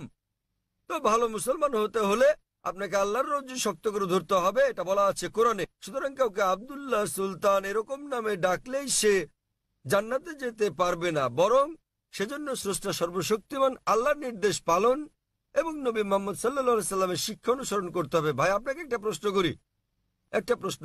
আপনি শিয়া সুন্নি নিয়ে খুবই উদ্বিগ্ন, জানতে চাচ্ছি সেটা কেন? স্যার, অনেক কিছু আমার বন্ধুরা। না, আপনি কি ইসলাম কবুল করতে চান, তারপরে কোন দলে যাবেন ভাবছেন? স্যার, আমি মানে আপনাকে আমি জিজ্ঞেস করছি, জি আপনি কি ইসলাম কবুল করতে চান আর ভাবছেন শিয়া না সুন্নিতে যোগ দেবেন, তাই? স্যার, না, না, আমি ইসলাম কবুল করতে চাচ্ছেন না। স্যার, এখানে অনেক ধর্ম আছে, ইসলাম ধর্মের অনেক ভাগ আছে। কোনো বিভক্তি নেই ইসলামে। ইসলামে কেবল একটি শব্দ আছে, মুসলিম। আপনাকে যে যাই বলুক, হ্যাঁ, হ্যাঁ, আপনাকে তারা বলেনি যে কোরআন বলেছে। আমি আপনাকে রেফারেন্স দিচ্ছি। লোকটি আমাকে বলেছে তিনি সুন্নি, তিনি আমাকে বলেন। তাকে সুন্নি হতে দিন, শিয়া হতে দিন, বহরি হতে দিন, যে কোনোটা। তাকে বলেন কোরআন বলছে বিভক্তি সৃষ্টি করো না। অধ্যায় নম্বর 6 লিখে রাখুন আপনি, এর অর্থ, অধ্যায় নম্বর 6। স্যার, এর অর্থ এগুলো সব হতাশাজনক। তিনি কোরআন মেনে চলছেন না। কোরআন বলছে সূরা আনাম অধ্যায় 6 আয়াত নম্বর 159, আপনি নোট করে রাখুন যে ডক্টর জাকির নায়েক বলেছেন, সূরা আনাম অধ্যায় 6 আয়াত 159 আছে, বিভক্তি সৃষ্টি করো না তোমরা। আপনাকে যা করতে হবে, নিজেকে ঈশ্বরের কাছে সমর্পণ করতে হবে আপনার। এখন আমি জানতে চাই, আপনি কি নিজেকে ঈশ্বরের কাছে সমর্পণ করতে চান? ভাই, হ্যাঁ, নিজেকে ঈশ্বরের কাছে সমর্পণ করতে চান আপনি? স্যার, আমি ইসলামকে শ্রদ্ধা করি, আমি না, ইসলামে ঠিক বিশ্বাস আছে। করি। আপনি ইসলামকে শ্রদ্ধা করেন, আপনি কি এক ঈশ্বরে বিশ্বাস করেন? হ্যাঁ, এক ঈশ্বরে বিশ্বাস করেন আপনি? হ্যাঁ, জি স্যার, আমি ঈশ্বরে বিশ্বাস মূর্তি করি। পূজা করা ঠিক নয়। হ্যাঁ, হ্যাঁ, আপনি কি বিশ্বাস করেন ঈশ্বরের কোনো প্রতিমা নেই? ঈশ্বরের কোনো প্রতিমা নেই। আপনি কি তা বিশ্বাস করেন? আমি জানি না স্যার। আপনি কি প্রতিমা পূজায় বিশ্বাসী? হ্যাঁ, হ্যাঁ, আপনি কি প্রতিমা পূজায় বিশ্বাস করেন? কি বললেন? প্রতিমা পূজা ঠিক না ভুল? মানে ঈশ্বর? না। আপনি কি বিশ্বাস করেন প্রতিমা পূজা করা ঠিক না ভুল? হ্যাঁ, এটা ঠিক না ভুল? এটি ঠিক স্যার। প্রতিমা পূজা করা, কিন্তু এটা তো বেদের বিপরীত। আপনাদের বেদ বলছে তোমরা এক ঈশ্বর ছাড়া কারো উপাসনা করবে না। এটা উল্লেখ আছে আপনাদের যজুর বেদে অধ্যায় 32 অনুচ্ছেদ 3, শ্বেতার উপনিষদ অধ্যায় 4 অনুচ্ছেদ 19। না তস্যের প্রতিমা অস্তি। মহান ঈশ্বরের কোনো পুতুল নেই, কোনো আকৃতি নেই, কোনো ফটোগ্রাফ নেই, কোনো ছবি নেই, কোনো প্রতিমা নেই, কোনো ভাস্কর্য নেই, কোনো মূর্তি নেই। আমি আপনাকে জিজ্ঞেস করছি, যখন আপনাদের বেদ বলছে ঈশ্বরের কোনো আকৃতি নেই, কোনো মূর্তি নেই, কোনো প্রতিমা নেই, এরপরও কি আপনি প্রতিমা পূজা বিশ্বাস করেন? জি স্যার। শিয়া সুন্নি বাদ দেন, আপনাকে জিজ্ঞেস করছি, আপনি কি বেদ মানেন? স্যার, অনুসরণ করছেন কি না? ধর্ম মানেন কি না? স্যার, কারণ আমি এই ধর্মের স্যার। ঠিক, তাই আমি বলছি যে এটা আমার ভুল নয় স্যার, আমি এই এই ধর্মের মধ্যে ধর্মের জন্ম মধ্যে নিয়েছি বড় স্যার। হলেও আমি জিজ্ঞেস করছি যে অধ্যয়ন করা আপনার কর্তব্য কিনা। সে কারণে আপনার বেদ, আমি এই বিষয়টি অনুসন্ধান তাই আমি করছি। আপনাকে বলছি ভাই, আপনাদের ধর্মগ্রন্থ বেদে আছে, যজুর্বেদ অধ্যায় 32 অনুচ্ছেদ 3, শ্বেতাশ্বেতার উপনিষদ অধ্যায় 4 অনুচ্ছেদ 19, এটা বলছে, न तस्य प्रतिमा अस्ति। এটা একটা সংস্কৃত উদ্ধৃতি।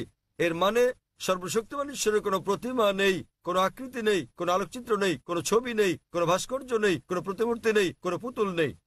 যদি আপনার ধর্মগ্রন্থ বলে সর্বশক্তিমান ঈশ্বরের প্রতিমা নেই, তাহলে কি প্রতিমা পূজা করা ঠিক না ভুল? ঠিক না ভুল?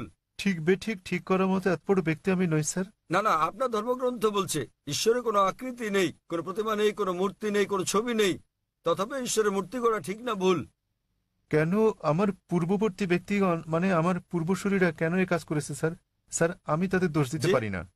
আমার আমার পূর্বসূরীরা, আমার পূর্বে হিন্দু ধর্মের লোকের এটা করেছে স্যার। স্যার আমি তাদের দোষ দিতে আমি পারি না। হিন্দুদের প্রশ্ন করছি না, আমি আপনাকে জিজ্ঞেস করছি আপনার ধর্মগ্রন্থ, আপনার ধর্মের সবচেয়ে গ্রহণযোগ্য গ্রন্থ কোনটি? আপনি জানেন না? কি আপনি স্যার? কি জানেন আপনার ধর্মের সর্বশ্রেষ্ঠ গ্রন্থ কোনটি? স্যার এটা মানে হচ্ছে বেদ। হ্যাঁ তাহলে আপনি দেখেন আমার ভিডিও ক্যাসেট ইসলাম ও হিন্দু ধর্মের সাদৃশ্য সমূহ। আমি অনুরোধ করছি ভলান্টিয়ারদের তাকে একটা ইসলাম ও হিন্দু ধর্মের সাদৃশ্য নামে ডিভিডি দেওয়ার জন্য। আপনার কোনো প্রশ্ন থাকলে আমার সঙ্গে সাক্ষাৎ করতে পারেন, ইনশাল্লাহ আপনার সন্দেহ দূর হবে। আর আমি আপনাকে অনুরোধ করব এটা পড়ুন, বুঝুন এবং সঠিক শান্তি খুঁজে নিন। স্যার শেষ কথা আমি আপনাকে জিজ্ঞেস করতে চাই স্যার, মানে আমাদেরকে এসব বিশ্বাস করলে হবে না যে ইসলামে অনেক বিভক্তি আছে, যেমন শিয়া সুন্নি, এগুলো আমাদের বিশ্বাস করা উচিত নয়, আমাদের কেবল কোরআনে বিশ্বাস করা উচিত। কোরআন এবং নবীর সহিহ হাদিস ব্যাস। যে কোনো আলেম যায় বলুন, কোরআন বলছে সূরা নিসা অধ্যায় 4 আয়াত নম্বর 59, अतिउल्लाह अतिउर रसूल। আল্লাহ ও তার রাসূলকে মানো এবং অতঃপর তোমাদের মধ্যে যারা আদেশ দানের কর্তৃত্বপ্রাপ্ত, যাদেরকে এই কাজের দায়িত্ব দেওয়া হয়েছে তাদের, অর্থাৎ আপনাকে আল্লাহ এবং সর্বশক্তিমান ঈশ্বর, তার রাসূল এবং জ্ঞানী ব্যক্তিদের মান্য করতে হবে। কিন্তু আয়াতটা এখানেই শেষ হয়নি। আরো বলা হয়েছে যদি তারা কোনো বিষয়ে একমত হতে না পারে তো আল্লাহ তার রাসূলের উপর ছেড়ে দাও। যদি কেউ আপনাকে কিছু বলে আপনি তা কোরআন এবং সহিহ হাদিস দিয়ে যাচাই করুন সেটা ঠিক না ভুল। এ কারণে যে কোনো আলেম যাই বলুক না কেন তার কোনো মূল্য নেই ইসলামে। স্যার আমাদের সেখানে বিষয় হচ্ছে আল্লাহ সর্বশক্তিমান ঈশ্বর এবং তার বার্তাবাহক। কোন আলেম কিছু বললে তা যদি কোরআন এবং সহিহ হাদিসের সঙ্গে মিলে তো আমরা গ্রহণ করি, আর যদি কোরআন হাদিসের বিপরীতে হয় তা প্রত্যাখ্যান করি। স্যার কোন ব্যক্তি নিজেকে মুসলিম বলে দাবি করলে আপনি তাকে বলবেন कुल हाथु बुरहानकुम প্রমাণ দাও इन कुंतुम सादिकिन। যদি সত্যবাদী হও। সে কারণেই যখন আমি প্রশ্নের উত্তর দেই আমি কোরআন এবং সহিহ হাদিসের রেফারেন্স দেই। যা আমি বলছি, যা ডক্টর জাকির নায়েক বলছেন, তা কিছুই নয় ইসলামে, কোনোই মূল্য নেই তার। আমি যা বলি ইসলামে তার মূল্য হচ্ছে শূন্য। যা কোরআন বলছে, সর্বশক্তিমান ঈশ্বর বলছেন, যা আমাদের প্রিয় নবী মুহাম্মদ সাল্লাল্লাহু সাল্লাম বলছেন তা মূল্যবান। তাই আমি যা দিচ্ছি তা হচ্ছে রেফারেন্স। যারা জানেন না আমি তাদের রেফারেন্স দিচ্ছি। আমার উত্তরের ভিত্তি কোরআনের বিভিন্ন আয়াতের শিক্ষা, আমার জবাবের ভিত্তি নবীর বাণী, সহিহ বুখারী খণ্ড নাম্বার ইত্যাদি প্রমাণ হিসেবে। সুতরাং তারা যা বলেন তার মূল্য আছে, আমি যা বলি মূল্য নেই। আশা করি উত্তরটা পেয়েছেন। আমরা পুরুষদের শাড়ির মাঝের দিকের মাইক থেকে পরবর্তী প্রশ্নটি নেব। সকলকে শুভ সন্ধ্যা এবং শুভ সন্ধ্যা ডক্টর নায়েক। আজ আমি এক মানুষ কথা বলছি মানবতার পক্ষে। এখানে ডক্টর নায়েক রয়েছেন, আমরা আপনার নাম জানতে পারি হ্যাঁ, দয়া করে? আমি চিরাগ, এবং দয়া করে আমার ধর্ম জিজ্ঞাসা করবেন না।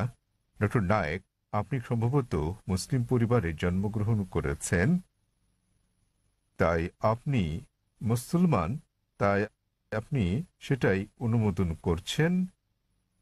যদি আপনি হিন্দু পরিবারে জন্ম নিতেন তাহলে আজ আপনার হিন্দু ধর্ম হতে পারত। এক্ষেত্রে আমি মনে করি চরম জাতি কেন্দ্রিকতা থেকে আপনি ভাবছেন আপনার ধর্ম, সংস্কৃতি, বিশ্বাস ও ধারণা শ্রেষ্ঠ। তাই আপনি বলছেন যে শিখ অথবা আর্য সমাজ বা যে ধর্মেই প্রতিমা পূজা পরিত্যাগ করার কথা বলা হয়েছে সেটি আপনি সমর্থন করেছেন। আমার মতে একই জায়গায় ঘুরপাক না খেয়ে মানবতার ব্যাপক ধর্ম নিয়ে আমাদের আলোচনা করা উচিত। কোনো মন্তব্য কিংবা যুক্তি ভাই স্যার? খুব সুন্দর একটা প্রশ্ন করেছেন। তিনি বলেছেন মুসলিম পরিবারে জন্ম নেওয়ার কারণে আমি ইসলাম ধর্ম অনুমোদন করছি। হতে পারতো আমি যদি হিন্দু পরিবারে জন্ম নিতাম তাহলে হিন্দু ধর্মই পছন্দ করতাম আমি, এবং আমি শিখ ধর্ম ও আর্য সমাজকে সমর্থন করি, কারণ আমার দৃষ্টিভঙ্গির সঙ্গে তাদের মিল আছে এবং এর আশেপাশে আমি বিচরণ করছি। বরং আমার আরো বৃহৎ পরিসরে কথা বলা উচিত ছিল। খুব ভালো প্রশ্ন হ্যাঁ, ভাই। আমি আপনার সাথে একমত। 19 বছর বয়স পর্যন্ত আমি মুসলমান ছিলাম, কারণ আমার পিতা মুসলমান ছিলেন। বয়স 19 বছর হওয়ার পর আমি তুলনামূলক ধর্ম অধ্যয়ন করা শুরু করলাম। এখন আমি ব্যক্তিগত পছন্দে মুসলমান। আর বিশ্বাস করেন, যদি আপনি ইসলামের চেয়ে ভালো কোনো ধর্ম আমাকে দেখাতে পারেন, তাহলে আজই আমি সেই ধর্ম গ্রহণ করতে প্রস্তুত আছি। আজই। স্যার, আমি মানবতার ধর্মের কথা বলছি। ভাই আমি বলবো জি জি আমি বলছি, যদি কেউ ইসলামের চেয়ে ভালো কোনো ধর্ম তা যুক্তি দিয়ে, বৈজ্ঞানিক তথ্য দিয়ে প্রমাণ করতে পারেন, তাহলে আমি গ্রহণ করতে প্রস্তুত আছি। আপনি বলছেন মানবতার কথা। কে মানবতার নামে গ্রন্থ রচনা করেছেন? মহাত্মা গান্ধী। কে লিখেছেন? আপনি জানেন একজন মুসলমান ভালো মুসলমান হতে পারবেন না যদি তিনি ভালো মানুষ না হন। সে কথা সব ধর্মেই বলে, ভাই, সব ভাই ধর্মে আমাকে বলে। শেষ করতে দেন। জি স্যার, আপনি এখানে আমার জবাব শোনার জন্য এসেছেন নাকি আপনার মত জানাতে এসেছেন? আমি একটি সুস্থ আলোচনা চাই এবং যৌতুক ভাই, সিদ্ধান্তে পৌঁছাতে চাই। এটা কোনো বিতর্ক প্রতিযোগিতা নয়। হ্যাঁ, একেবারে না, আমি তাহলে আমার কখনো উত্তর বলিনি। শুনুন, উত্তর শোনার পর আপনি মন্তব্য করতে পারেন। ও, ঠিক আছে। আমাকে শেষ করতে দিন। আপনি কথা যোগ করছেন, তার মানে আমার উত্তর আপনি শুনছেন। চালিয়ে যান। শুনুন মনোযোগ দিয়ে। জি, আপনার মনের মধ্যে মহাভারতের কাহিনী চলছে, কি করে শুনবেন? দয়া করে যখন চালিয়ে যান। আপনি আপনার প্রশ্নের সময় কি আমি আপনাকে বাধা দিয়েছিলাম? দয়া করে চালিয়ে যান। আমি কি বাধা দিয়েছি? আপনি বাধা দেননি, দয়া করে চালিয়ে যান। সবকিছু লেখা আছে, প্রশ্ন করতে আসছেন, আমি কিভাবে আমি বলেছি। আমি জবাব দিচ্ছি, শুনুন। হ্যাঁ, তাতে এটা কি? আমার জবাব। তাহলে কেন আপনি মন্তব্য করছেন? দয়া করে বলুন স্যার, দয়া করে বোঝার চেষ্টা করুন, আমাকে আপনার উত্তর বলুন। আমার উত্তর শুনলে আপনি বুঝতে পারবেন, অন্যথায় লাখ লাখ মানুষ বুঝলেও আপনি একই প্রশ্নই করে যাবেন। আমি একজন চিকিৎসক। এক ব্যক্তি একা দুটো বিষয়ের প্রতি মনোযোগ দিতে পারে না। উত্তর শুনুন, উত্তর দেওয়া হলে আর সমস্যা থাকবে না। তাহলে আপনাকে বুঝতে হবে, আপনি মানবতার কথা বলছেন। আপনি প্রথমেই বলেছেন আমার ধর্ম জানতে চাইবেন না, পরে আপনি বলছেন আমি মানবতার পক্ষে।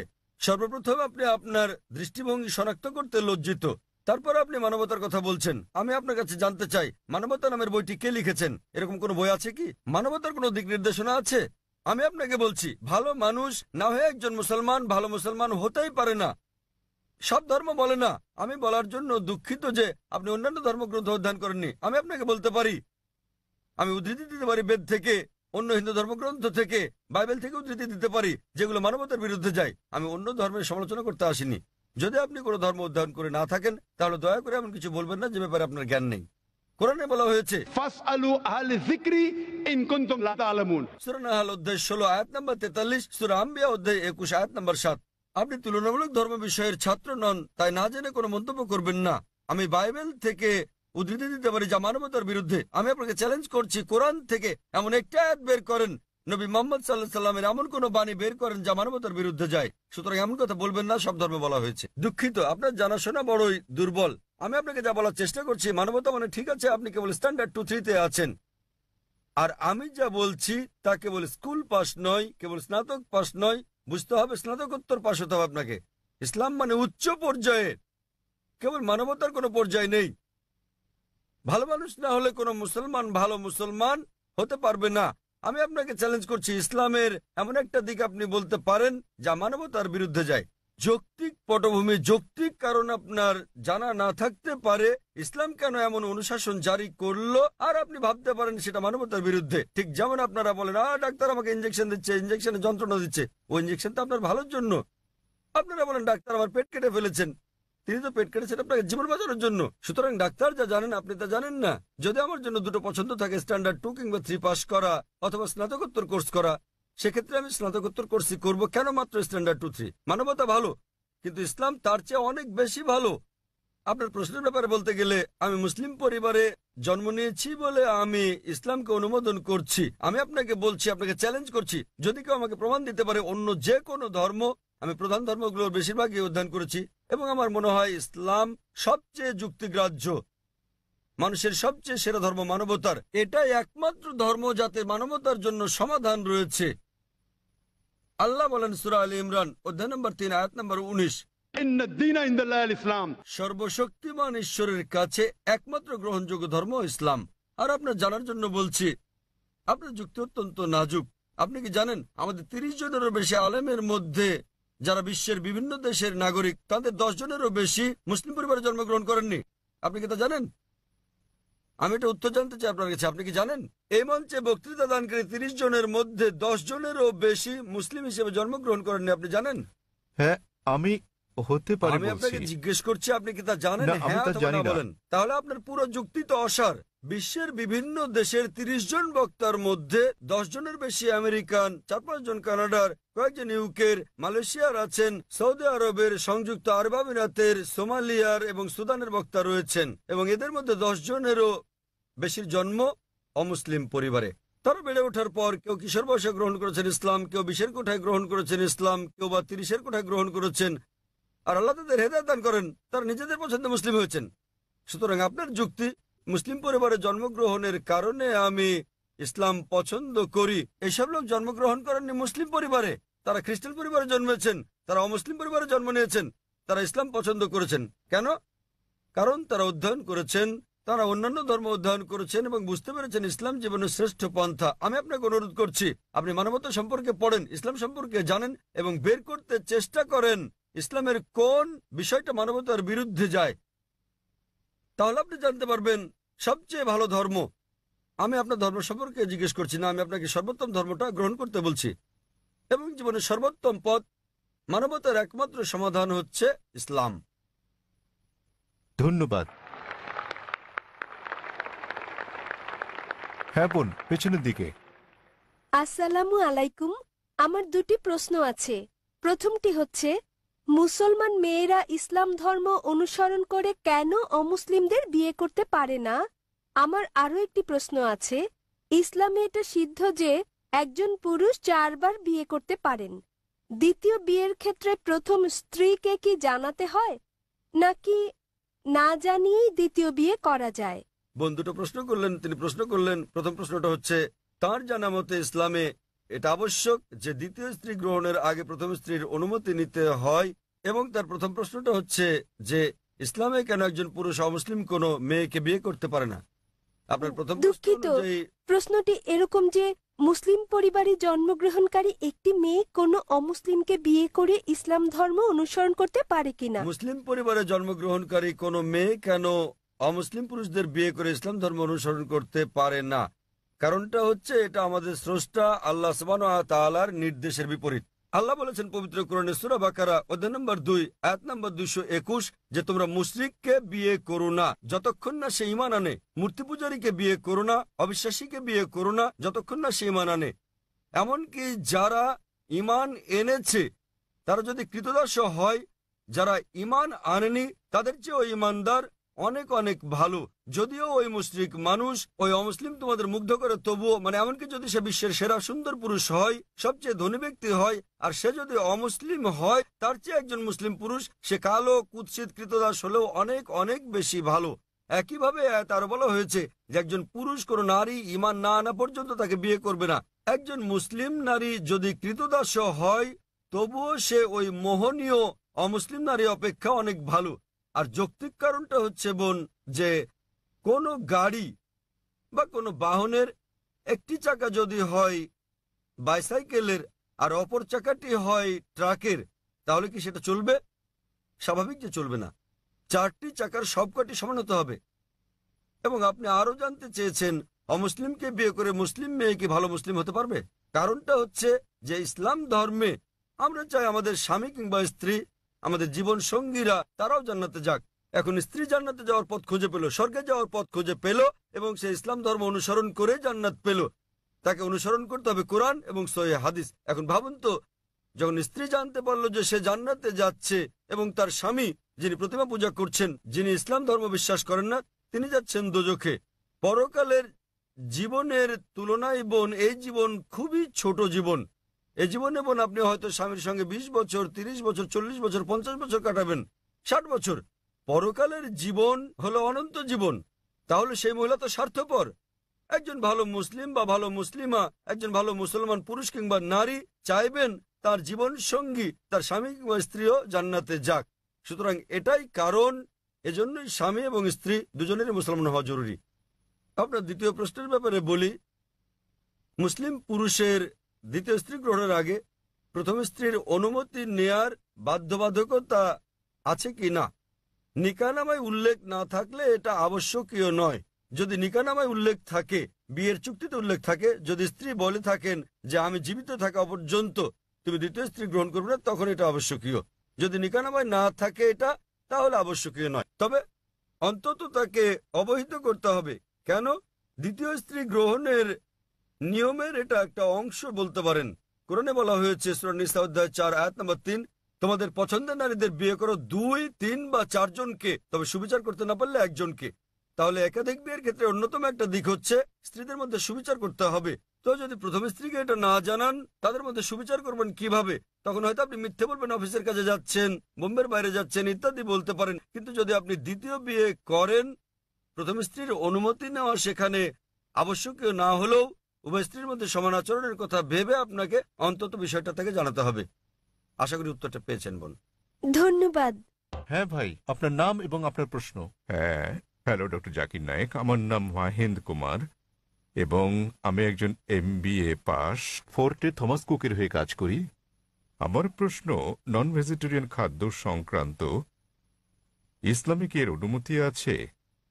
পশু পাখি, জীবিত প্রাণী, আপনি কি একে সহিংসতা বলে মনে করেন না?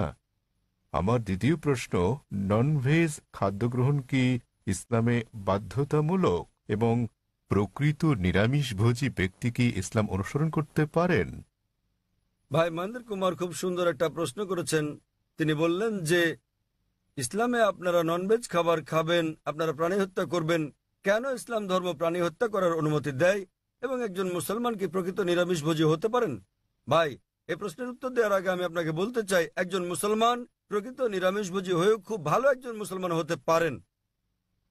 এটা বাধ্যতামূলক নয় ইসলামে যে আপনাকে ননভেজ খেতেই হবে, এটা বাধ্যতামূলক নয়। তবে যেহেতু কোরআনে আল্লাহ বলেছেন এবং আমাদেরকে অনুমতি দিয়েছেন ননভেজ খাদ্য গ্রহণের জন্য, সূরা মাইদা অধ্যায় 5 আয়াত 1 এখানে বলা হয়েছে যে তোমরা চতুষ্পদ জন্তু খাও যা তোমাদের জন্য হালাল করা হয়েছে। সূরা নাহল অধ্যায় 16 আয়াত 5 উল্লেখ করা হয়েছে যে তোমরা গো মহিষাদের মাংস ভক্ষণ করতে পারো। সূরা মুমিনুন অধ্যায় 23 আয়াত 21 বলা হয়েছে যে গো মহিষাদের উদরস্থিত বস্তু থেকে আমি তোমাদের পান করাই, এর মধ্যে তোমাদের উপকার রয়েছে এবং তোমরা এদের মাংস ভক্ষণ করতে পারো। সুতরাং যখন সর্বশক্তিমান ঈশ্বর হালাল প্রাণীর মাংস ভক্ষণ করার অনুমতি দিয়েছেন, তখন আমরা কেন খাবো না? এখন যৌক্তিক কারণের দিকে আসি, কেন ইসলাম আমিষ ননভেজ খাদ্য গ্রহণের অনুমতি দিয়েছে। যদি ননভেজ খাদ্যকে বিশ্লেষণ করা হয়, দেখা যাবে এগুলো প্রোটিন সমৃদ্ধ। মানব দেহে 23 প্রকার অ্যামিনো অ্যাসিডের প্রয়োজন রয়েছে, যার 8টি মানব দেহে তৈরি হয় না, খাদ্য দিয়ে এগুলোর চাহিদা মেটাতে হয়। এগুলো অত্যাবশ্যকীয় অ্যামিনো অ্যাসিড নামে পরিচিত। এখন এই 8 প্রকার অত্যাবশ্যকীয় অ্যামিনো অ্যাসিডের সবগুলো কোনো শাকসবজির মধ্যে একসঙ্গে পাওয়া যায় না, কেবলমাত্র মাংসের মধ্যে পাওয়া যায়। সেজন্য কোনো প্রাণীর মাংস শাকসবজির তুলনায় অধিক বেশি পুষ্টিকর। এছাড়াও যদি আপনি বিশ্লেষণ করেন, যদি আপনি তৃণভোজী প্রাণীদের দাঁতগুলো ভালো করে দেখেন, যেমন গরু, ছাগল, ভেড়া, এদের দাঁতগুলো চ্যাপ্টা, এরা কেবল তৃণভক্ষণ করে, মাংস খায় না। যদি আমরা ভালো করে দেখি মাংসাশী প্রাণীগুলোর দাঁত, যেমন বাঘ, চিতাবাঘ, সিংহ, দেখতে পাবো এদের দাঁতগুলো তীক্ষ্ণ, তাদের ক্যানাইন দাঁত আছে। এরা কেবল মাংস খায়, তৃণজাতীয় খাদ্য খায় না। যদি আমরা মানুষের দাঁতগুলো বিশ্লেষণ করি, আমরা আয়নার সামনে গিয়ে ভালো করে দেখি আমাদের মানুষের চ্যাপ্টা এবং তীক্ষ্ণ 2 ধরনের দাঁতই রয়েছে। যদি সর্বশক্তিমান ঈশ্বর আমাদের কেবলমাত্র শাকসবজি খাওয়ানোর ইচ্ছে করতেন, তাহলে কেন তিনি আমাদের ক্যানাইন দাঁত দিলেন? কেন তিনি আমাদের তীক্ষ্ণ দাঁত দিলেন? কিসের জন্য? স্বাভাবিকভাবে বোঝা যায় প্রাণীজ খাবার খাওয়ার জন্য, মাংস খাওয়ার জন্য। এছাড়াও যদি আমরা মানুষের পরিপাকতন্ত্র বিশ্লেষণ করি, যদি আমরা এটাকে তৃণভোজী প্রাণীগুলোর সঙ্গে তুলনা করি, গরু, ছাগল, ভেড়া, দেখা যাবে এরা কেবল তৃণ হজম করতে পারে। মাংসাশী প্রাণী বাঘ, চিতাবাঘ, সিংহ, এদের পরিপাকতন্ত্র কেবল মাংসজাতীয় খাদ্য হজম করতে পারে, তারা তৃণ হজম করতে পারে না। মানুষের পরিপাকতন্ত্র দুটোই হজম করতে পারে। মানুষের আছে ক্ষুদ্রান্ত্র, বৃহদান্ত্র। এটা শাকসবজি হজম করতে পারে, মাংস হজম করতে পারে, দুটোই হজম করতে পারে। সর্বশক্তিমান ঈশ্বর যদি আমাদের কেবল শাকসবজি খাওয়াতে চাইতেন, তাহলে তিনি কেন আমাদের এমন পরিপাকতন্ত্র দিলেন যা উভয় হজম করতে পারে? বিশ্লেষণে দেখা গেছে হিন্দুদের অনেকের ধারণা যে হিন্দু ধর্ম মাংস জাতীয় খাদ্য খাওয়া নিষিদ্ধ করেছে। প্রকৃতপক্ষে যদি আপনি পড়েন, মনুস্মৃতিতে উল্লেখ আছে অধ্যায় নম্বর 5 শ্লোক নম্বর 30, সর্বশক্তিমান ঈশ্বর খাদ্য হিসেবে কিছু প্রাণীকে সৃষ্টি করেছেন আর কিছুকে করেছেন খাদক।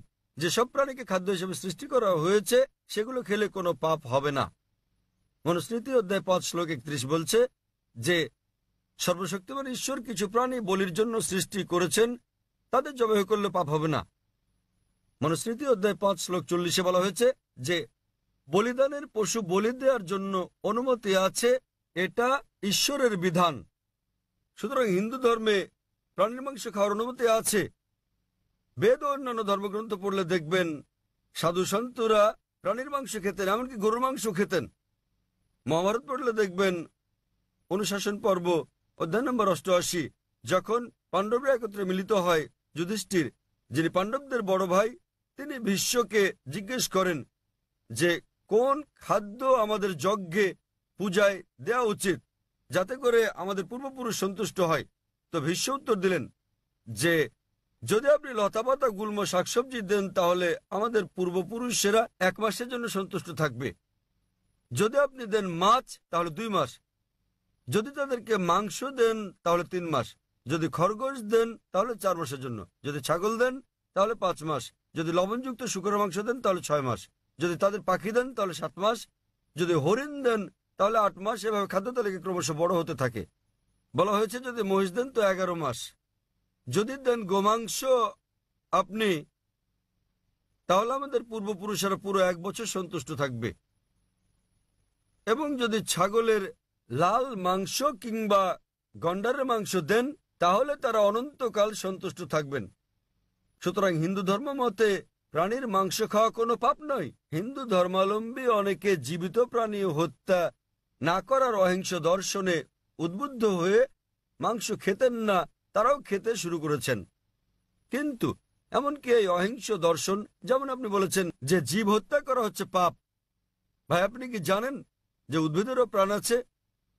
আপনি কি এটা জানেন ভাই? জি। তাহলে জীব হত্যার যে পাপ আপনি বলেন, সেক্ষেত্রে উদ্ভিদ লতাপাতা ইত্যাদি হত্যা পাপ, তাহলে কেন আপনি সেগুলো খাবেন? একমত, খুব ভালো। এছাড়াও এমন কিছু লোক আছে যারা বলে ঠিক আছে ভাই জাকির, আমি একমত যে উদ্ভিদেরও প্রাণ আছে, কিন্তু তারা তো ব্যথা অনুভব করে না, তাই উদ্ভিদ হত্যা করা জীবজন্তু হত্যা করার চেয়ে কম পাপ।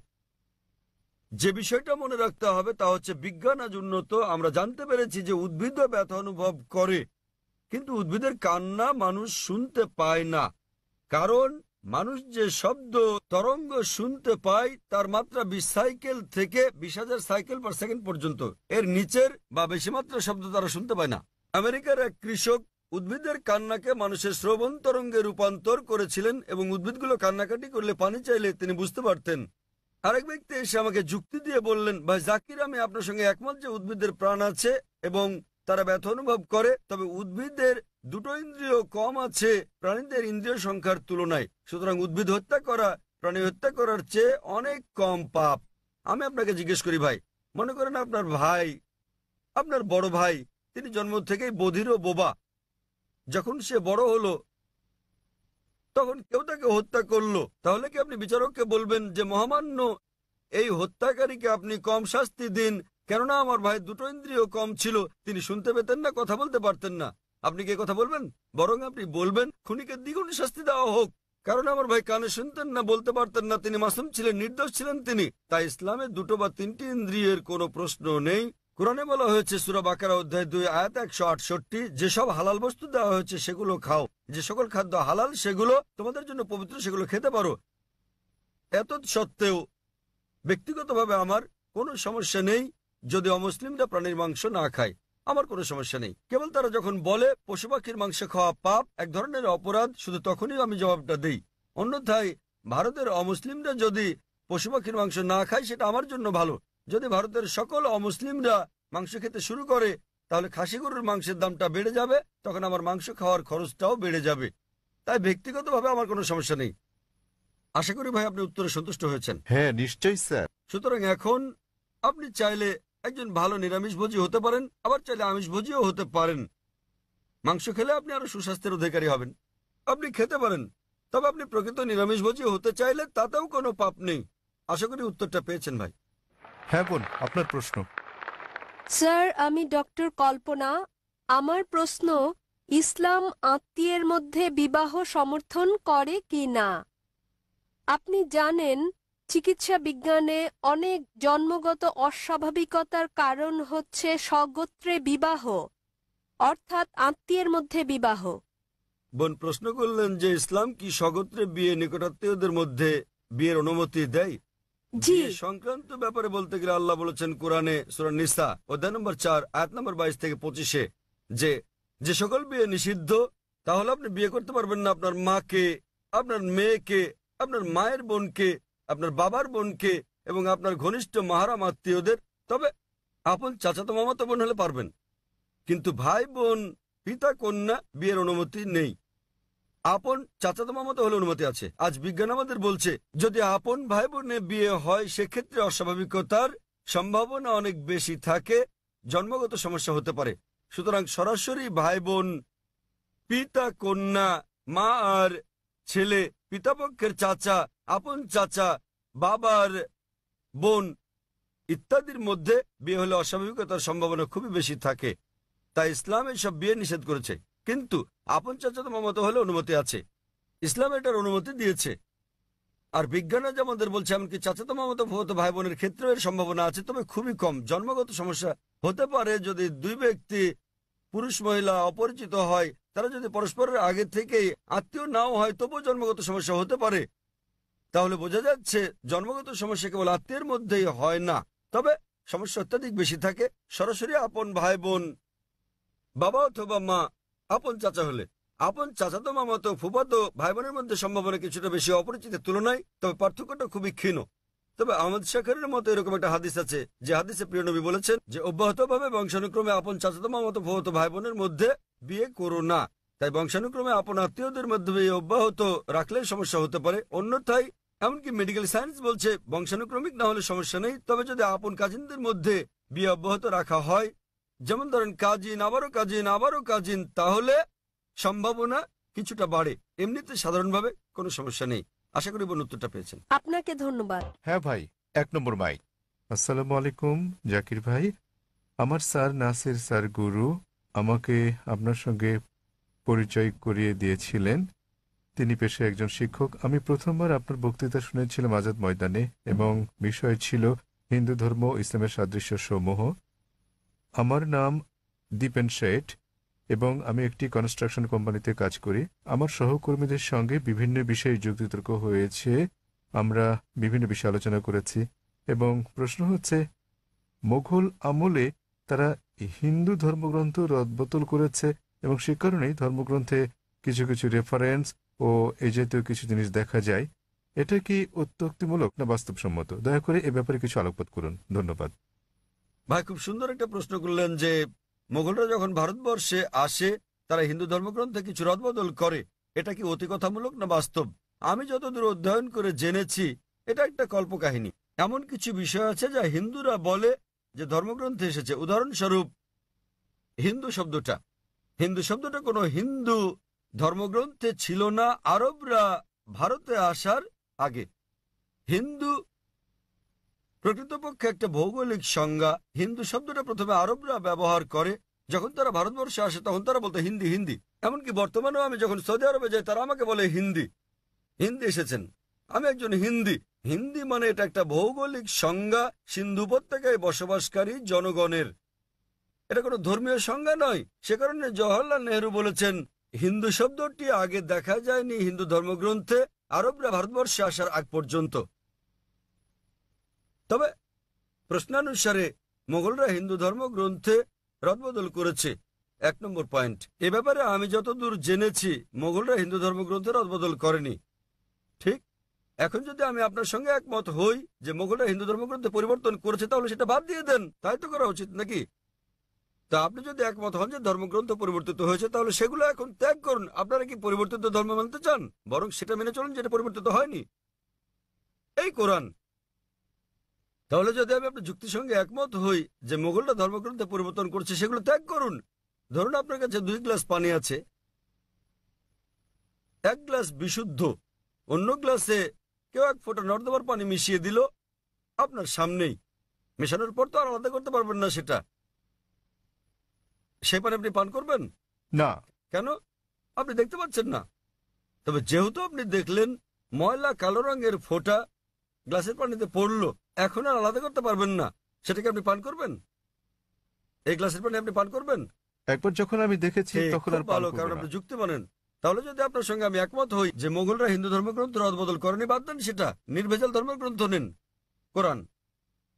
যদি আপনি বলেন হিন্দু ধর্মগ্রন্থ সমূহ পরিমার্জিত হয়নি, হিন্দু ধর্মগ্রন্থ বলছে, আপনাকে মানতে হবে কোরআন, নবী মোহাম্মদ সাল্লাল্লাহু আলাইহি ওয়াসাল্লামকে অনুসরণ করতে হবে। যদি তারা পরিমার্জন করে থাকে তাহলে সেটা বাদ দিয়ে কোরআন মেনে চলুন, আর যদি তারা পরিমার্জন না করে থাকে সেক্ষেত্রে এই ধর্মগ্রন্থে বলা হয়েছে আপনাকে এক ঈশ্বরে বিশ্বাস করতে হবে। আমি যার উদ্ধৃতি দিয়েছি, তাছাড়া ধর্মগ্রন্থে আরো বলা হয়েছে আপনাকে শেষ ও চূড়ান্ত বার্তাবাহক নবী মোহাম্মদ সাল্লাল্লাহু আলাইহি সাল্লামকে অনুসরণ করতে হবে। আমি হিন্দু ধর্মগ্রন্থ থেকে উদ্ধৃতি দিতে পারি যেখানে মোহাম্মদ সাল্লাল্লাহু আলাইহি ওয়াসাল্লামের কথা বলা হয়েছে। আপনি পড়ে দেখবেন হিন্দু ধর্মগ্রন্থ ভবিষ্য পুরাণ পর্ব 3 খণ্ড 3 অধ্যায় 3 শ্লোক 5 থেকে 8, এতে মোহাম্মদ সাল্লাল্লাহু আলাইহি ওয়াসাল্লামের কথা বলা হয়েছে। ভবিষ্য পুরাণ পর্ব 3 খণ্ড 3 অধ্যায় 3 শ্লোক 10 থেকে 27 মোহাম্মদ সাল্লাল্লাহু আলাইহি ওয়াসাল্লামের কথা বলছে। কুনটাব সুক্তাস পড়লে দেখবেন অথর্ববেদ বুক নম্বর 20 হেম নম্বর 127 স্তোত্র 1 থেকে 14 মোহাম্মদ সাল্লাল্লাহু আলাইহি ওয়াসাল্লামের কথা বলছে। আপনি পড়লে দেখবেন অথর্ববেদ বুক নম্বর 20 হেম নম্বর 21 স্তোত্র 6, অথর্ববেদ বুক নম্বর 20 হেম নম্বর 21 স্তোত্র 7 মোহাম্মদ সাল্লাল্লাহু আলাইহি ওয়াসাল্লামের কথা বলছে। ঋগ্বেদ বুক নম্বর 1 হিম নম্বর 53 স্তোত্র 9 মোহাম্মদ সাল্লাল্লাহু আলাইহি ওয়াসাল্লামের কথা বলা হয়েছে। যদি পড়েন সামবেদ অগ্নি মন্ত্র নম্বর 64-তে মোহাম্মদ সাল্লাল্লাহু আলাইহি ওয়াসাল্লামের কথা বলা হয়েছে। এমনকি মোহাম্মদ সাল্লাল্লাহু আলাইহি ওয়াসাল্লামকে নাম ধরে উল্লেখ করা হয়েছে, তাকে বলা হয়েছে আহমদ, যার মানে যিনি প্রশংসা করেন। দেখুন সামবেদ উত্তরচিক মন্ত্র নম্বর 1500, সামবেদ ইন্দ্র অধ্যায় নম্বর 2 মন্ত্র নম্বর 152, যজুর্বেদ অধ্যায় নম্বর 31 স্তোত্র 18, ঋগ্বেদ বুক নম্বর 8 হেম নম্বর 6 মন্ত্র নম্বর 10, অথর্ববেদ বুক নম্বর 8 হেম নম্বর 5 মন্ত্র নম্বর 16, অথর্ববেদ বুক নম্বর 20 হেম নম্বর 126 মন্ত্র নম্বর 14। এমনকি তাকে উল্লেখ করা হয়েছে মোহাম্মদ নামে। তাকে বলা হয়েছে নরসংসা। নরসংসা মানে নর মানে মানুষ, সংসা মানে প্রশংসা, যিনি প্রশংসার যোগ্য, প্রশংসিত। আপনি নরসংসা শব্দকে আরবি করলে সেটা হবে মোহাম্মদ। তাকে নরসংসা হিসেবে মোহাম্মদ নামে উল্লেখ করা হয়েছে অনেক জায়গায়। ঋগ্বেদ বুক নম্বর 1 হেম নম্বর 13 মন্ত্র নম্বর 3, ঋগ্বেদ বুক নম্বর 1 হেম নম্বর 18 মন্ত্র নম্বর 9, ঋগ্বেদ বুক নম্বর 1 হেম নম্বর 106 মন্ত্র নম্বর 4, ঋগ্বেদ বুক নম্বর 1 হেম নম্বর 142 মন্ত্র নম্বর 3, ঋগ্বেদ বুক নম্বর 2 হেম নম্বর 3 মন্ত্র নম্বর 2, ঋগ্বেদ বুক নম্বর 5 হেম নম্বর 5 মন্ত্র নম্বর 2, ঋগ্বেদ বুক নম্বর 7 হেম নম্বর 2 মন্ত্র নম্বর 2, ঋগ্বেদ বুক নম্বর 10 হেম নম্বর 182 মন্ত্র নম্বর 2, যজুর্বেদ অধ্যায় 20 স্তোত্র 37, যজুর্বেদ অধ্যায় 21 স্তোত্র 31, যজুর্বেদ অধ্যায় 21 স্তোত্র 55, যজুর্বেদ অধ্যায় 20 স্তোত্র 37, যজুর্বেদ অধ্যায় 20 স্তোত্র 57, যজুর্বেদ অধ্যায় 28 স্তোত্র 2, যজুর্বেদ অধ্যায় 28 স্তোত্র 19, যজুর্বেদ অধ্যায় 28 স্তোত্র 42। আমি শুধুমাত্র হিন্দু ধর্মগ্রন্থে উল্লেখিত মোহাম্মদ সাল্লাল্লাহু আলাইহি ওয়াসাল্লামের আরো রেফারেন্স উল্লেখ করতে পারি। তাহলে আপনাদের ধর্মগ্রন্থ বলছে যে ঈশ্বর একজন, তোমরা কেবল তার উপাসনা করো এবং তোমাদেরকে অনুসরণ করতে হবে সর্বশেষ পয়গম্বরকে। এমনকি আপনাদের হিন্দু ধর্মগ্রন্থে বলা হয়েছে কল্কি অবতার, যা সর্বশেষ ও চূড়ান্ত নবী মোহাম্মদ সাল্লাল্লাহু আলাইহি সাল্লাম সম্পর্কে বলছে। বলা হয়েছে তার মায়ের নাম হবে সুমতি অর্থাৎ আমিনা, যা মোহাম্মদ সাল্লাল্লাহু আলাইহি সাল্লামের মায়ের নাম। হিন্দু ধর্মগ্রন্থে বলা হয়েছে তার পিতার নাম হবে বিষ্ণু ইয়াস মানে ঈশ্বরের গোলাম অর্থাৎ আব্দুল্লাহ, যা মোহাম্মদ সাল্লাল্লাহু আলাইহি সাল্লামের পিতার নাম। এতে বলা হয়েছে তিনি জন্মগ্রহণ করবেন সাম্বালাই, শান্তির স্থান অর্থাৎ মক্কায়। তিনি জন্মগ্রহণ করবেন মক্কার গোত্রপ্রধানের ঘরে। আর আমরা জানি তিনি জন্মগ্রহণ করেন কুরাইশ বংশে। তার 4 জন সঙ্গী থাকবে অর্থাৎ সাহাবীদের কথা বলা হয়েছে। আমি এরকম অনেক বলে যেতে পারবো এই কল্কি অবতার সম্পর্কে। তিনি আসবেন, তিনি হবেন সর্বশেষ পয়গম্বর নবী মোহাম্মদ সাল্লাল্লাহু আলাইহি সাল্লাম। আমি আপনার কাছে জানতে চাই ভাই, আপনি কি এক ঈশ্বরে বিশ্বাস করেন? হ্যাঁ। আপনি কি বিশ্বাস করেন যে প্রতিমা পূজা বলতে কিছু নেই? হ্যাঁ, আমি প্রতিমা পূজায় বিশ্বাস করি না, আজাদ ময়দানে আপনার বক্তৃতা শোনার পর থেকে। মাশাআল্লাহ। সুতরাং আপনি জানেন ওইসব ব্যাপারে আমার ধারণা স্পষ্ট, এবং অনেক সময় ধরে আমি আপনার বক্তব্য শুনেছি, তাতে আমার মনে প্রশ্ন জেগেছে, আমি তার উত্তর জানতে চেয়েছি, তাই সেটা শুনতে তাহলে চেয়েছি। আপনি বিশ্বাস করেন যে নবী মোহাম্মদ সর্বশেষ ও চূড়ান্ত পয়গম্বর? হ্যাঁ, আমি লা ইলাহা ইল্লাল্লাহু মুহাম্মাদুর রাসূলুল্লাহ বিশ্বাস করি। মাশাআল্লাহ। হ্যাঁ। মাশাআল্লাহ। আমার ধারণা অনেক স্পষ্ট, এবং মাশাআল্লাহ, আল্লাহ আপনাকে পুরস্কৃত করুন। আমি আপনাকে ধন্যবাদ জানাই অন্তর থেকে। আপনি ভালো কাজ করছেন, আমাদের মতো সব মানুষের ভুল ধারণা দূর করে মাশাআল্লাহ, দিচ্ছেন। আল্লাহ আপনাকে পুরস্কৃত করুন। এবং ইসলামে যে নিজের ইচ্ছাকে আল্লাহর কাছে সমর্পণ করে সেই মুসলিম। যদি আপনি নিজের ইচ্ছাকে সমর্পণ ঠিক করেন একদম আল্লাহর ঠিক কাছে। স্যার, আপনার বক্তব্যে বাধা দেওয়ার জন্য দুঃখিত। তবে যখন লোকেরা আমাকে প্রশ্ন করে কি আপনার ধর্ম কি, এবং আপনি জানেন আমি গুজরাটি ভাষায় কথা বলি, যখন তারা আমায় জিজ্ঞেস করে আমার ধর্ম কি, যখন আমি আপনার বক্তব্য শুনলাম, আপনি জানেন মুসলমানের সংজ্ঞা হচ্ছে যে ব্যক্তি আল্লাহ সুবহানাহু ওয়া তাআলার কাছে আত্মসমর্পণ করে, এবং সেই কারণে আমি তাদেরকে বলি আপনি জানেন আমি একজন মুসলমান। শুনে তারা আল্লাহ আপনাকে দুঃখ পায় পুরস্কার বলে দান মনে করুন। হয়। আমি গুজরাটি ভাষায় কথা বলি, তাই তারা কষ্ট পায়। আমি ভালো করে জানি আপনি জানেন আমি মুসলিম অথবা সেরকম কিছু, কিংবা আপনি জানেন আমি মুসলমান পটভূমির পরিবার থেকে এসেছি, তাই আমি যেমন পরিবারে জন্ম নিয়েছি আমি তেমন, তথাপি আমি জানি কোনটি ঠিক, এবং আমি অধ্যয়ন করছি এবং আমি আপনাকে বলছি আমি যা জানি ক্ষুদ্র পরিসরে তা প্রচার করি যতটা আমি পারি। ধন্যবাদ স্যার। ধন্যবাদ ভাই, আমি সত্যিকারেই আপনার প্রশংসা করি এবং আল্লাহ আপনাকে জান্নাত দান করুন। আপনার যে কোনো জিজ্ঞাসা, যে কোনো প্রশ্ন থাকলে আমাদের সঙ্গে যোগাযোগ করলে খুশি ধন্যবাদ। হব। আপনাকে অনেক ধন্যবাদ। ধন্যবাদ। আমরা পুরুষদের শাড়ির মাঝের দিক থেকে পরবর্তী প্রশ্নটি নিতে পারি। আমাদের আর একটি বা দুটি প্রশ্ন নেওয়ার সময় আছে। আসসালামু আলাইকুম স্যার, আমার নাম অজয় বৈষ্ণব। আমি আপনার ক্যাটারিংয়ে ভিআইপি লাউঞ্জে কাজ করি। আমার প্রশ্নটি আমার পরিবার ও সবার জন্য। সকল গ্রন্থে লেখা হয়েছে ঈশ্বর একই রকম ও ঈশ্বর একজন। তাহলে যখন আমি আপনাকে বলি আসসালামু আলাইকুম, তখন আপনি আমায় বলতে পারেন হারি ওম কিংবা হারি ওম শান্তি। আসসালামু আলাইকুম মানে আপনার উপর শান্তি বর্ষিত হোক, এবং ওম শান্তি মানেও আপনার উপর শান্তি বর্ষিত হোক। তাহলে কেন আপনি ওম শান্তি বলতে পারছেন না? ভাই প্রশ্ন করলেন যে আমরা বলি আসসালামু আলাইকুম মানে আপনার উপর শান্তি বর্ষিত হোক, ওম শান্তি মানে আপনার উপর শান্তি বর্ষিত হোক। শান্তিতে কোনো সমস্যা নেই, সমস্যা হচ্ছে ওম। সমস্যা কি স্যার? এই ওম হিন্দুরা ভাবে ওম মানে ঈশ্বর। ওম শান্তিতে কোনো সমস্যা নেই। যদি ভাষান্তর করেন আসসালামু আলাইকুম আপে শান্তি হোক, কোনো সমস্যা নেই। শান্তি সমস্যা নেই, পিস কোনো সমস্যা নয়, সালাম কোনো সমস্যা নয়। সমস্যাটা হচ্ছে ওম। আমাদের বুঝতে হবে যে আমরা বলি আপনার উপর শান্তি বর্ষিত হোক, আমরা সেজন্য আল্লাহকে অনুরোধ করছি। ওম অপর একটা ধারণা, এক্ষেত্রে মানুষের বিভিন্ন রকম ধারণা রয়েছে। তাই আপনি যদি বলেন আপনার উপর শান্তি বর্ষিত হোক, তাতে কোনো সমস্যা নেই। কিন্তু যখনই আপনি বলেন ওম, তখন জনমনে একটা নেতিবাচক চিত্র চলে আসে। ওম কথাটি হিন্দু ধর্মের, এটা কোনো দেবতার ব্যাপারে কিছু হতে পারে, কোনো মূর্তি আছে, সে কারণেই সমস্যাটা। ভিন্ন দিকে না গিয়ে স্পষ্ট করে বলা ভালো। তাই কেবল শান্তি বলাই কোনো সমস্যা নেই। আরবিতে আমরা বলি আসসালামু আলাইকুম আপনার উপর শান্তি বর্ষিত হোক, বাংলায় কিংবা আপে শান্তি হোক। যখনই আপনি শান্তির সঙ্গে ওম যোগ করেন, তখন বোঝে আপনার স্রষ্টা ছাড়া অন্য কেউ সেটা দেবেন, সেখানেই সমস্যা। আমি আশা করি আপনার উপর শান্তি রয়েছে ভাই। হ্যাঁ স্যার, আশা আপনাকে করি আপনি ধন্যবাদ। শান্তিতে বসবাস করেন। স্যার, জি স্যার, ধন্যবাদ ভাই। বিদায়। ভাই ও বোনেরা, দয়া করে অপেক্ষা করুন। ডক্টর জাকির পরবর্তী প্রশ্নের জবাব দেওয়ার পর আমরা দোয়া করব। হ্যাঁ ভাই, আমার নাম কৈলাস, আমি একজন নাস্তিক। আমার প্রশ্ন, কেন মুসলমানরা বিশ্বাস করে যে যিশু পিতা ছাড়া জন্ম নিয়েছেন, যেখানে কোরআনে বলা হয়েছে যে আল্লাহ বলেছেন তিনি স্বর্গমর্তের স্রষ্টা, কি করে সঙ্গী ছাড়া তার পুত্র জন্ম নিল? ভাই প্রশ্ন করলেন যে মুসলিমরা বিশ্বাস করে যে যীশুখ্রিস্ট তার উপর শান্তি বর্ষিত হোক জন্মগ্রহণ করেন পিতা ছাড়াই, কিন্তু কোরআনে বলা হয়েছে কি করে সর্বশক্তিমান ঈশ্বর স্ত্রী ছাড়াই পুত্র লাভ করলেন।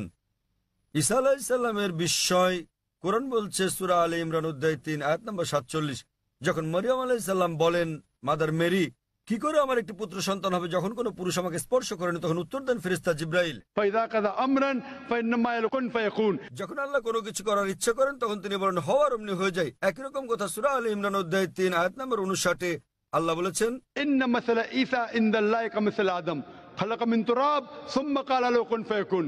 আল্লাহর নিকট যিশুর দৃষ্টান্ত হচ্ছে আদমের মতো, তাকে কাদামাটি দিয়ে তৈরি করার পর বলেছিলেন হয়ে যাও এবং হয়ে গেল। তাহলে আমরা যে বুঝলাম তাহলে সর্বশক্তিমান ঈশ্বরের স্বাভাবিক নিয়মে প্রকৃতিগতভাবে মানুষ পিতামাতার মাধ্যমে জন্ম নেয়, তবে আল্লাহর ক্ষমতা আছে যে তিনি বিনা পিতায় সৃষ্টি করতে পারেন। দৃষ্টান্ত হচ্ছে ঈসা আলাইহিস সালাম, অপর বিশ্বে পিতামাতা ছাড়াই তিনি মানুষ সৃষ্টি করেছেন। দৃষ্টান্ত আদম আলাইহিস সালাম, তারপর শান্তি বর্ষিত হোক। কিন্তু কোরআনের আয়াতে বলা হয়েছে যে সর্বশক্তিমান ঈশ্বরের কোনো পুত্র নেই, তার কোনো সঙ্গী নেই, তার কোনো স্ত্রী নেই। এছাড়া কোরআনে আরো বলা হয়েছে যে যদি আল্লাহ সন্তান গ্রহণ করতেন তাহলে বলুন আমি প্রথম তার সামনে মাথা নত করতাম।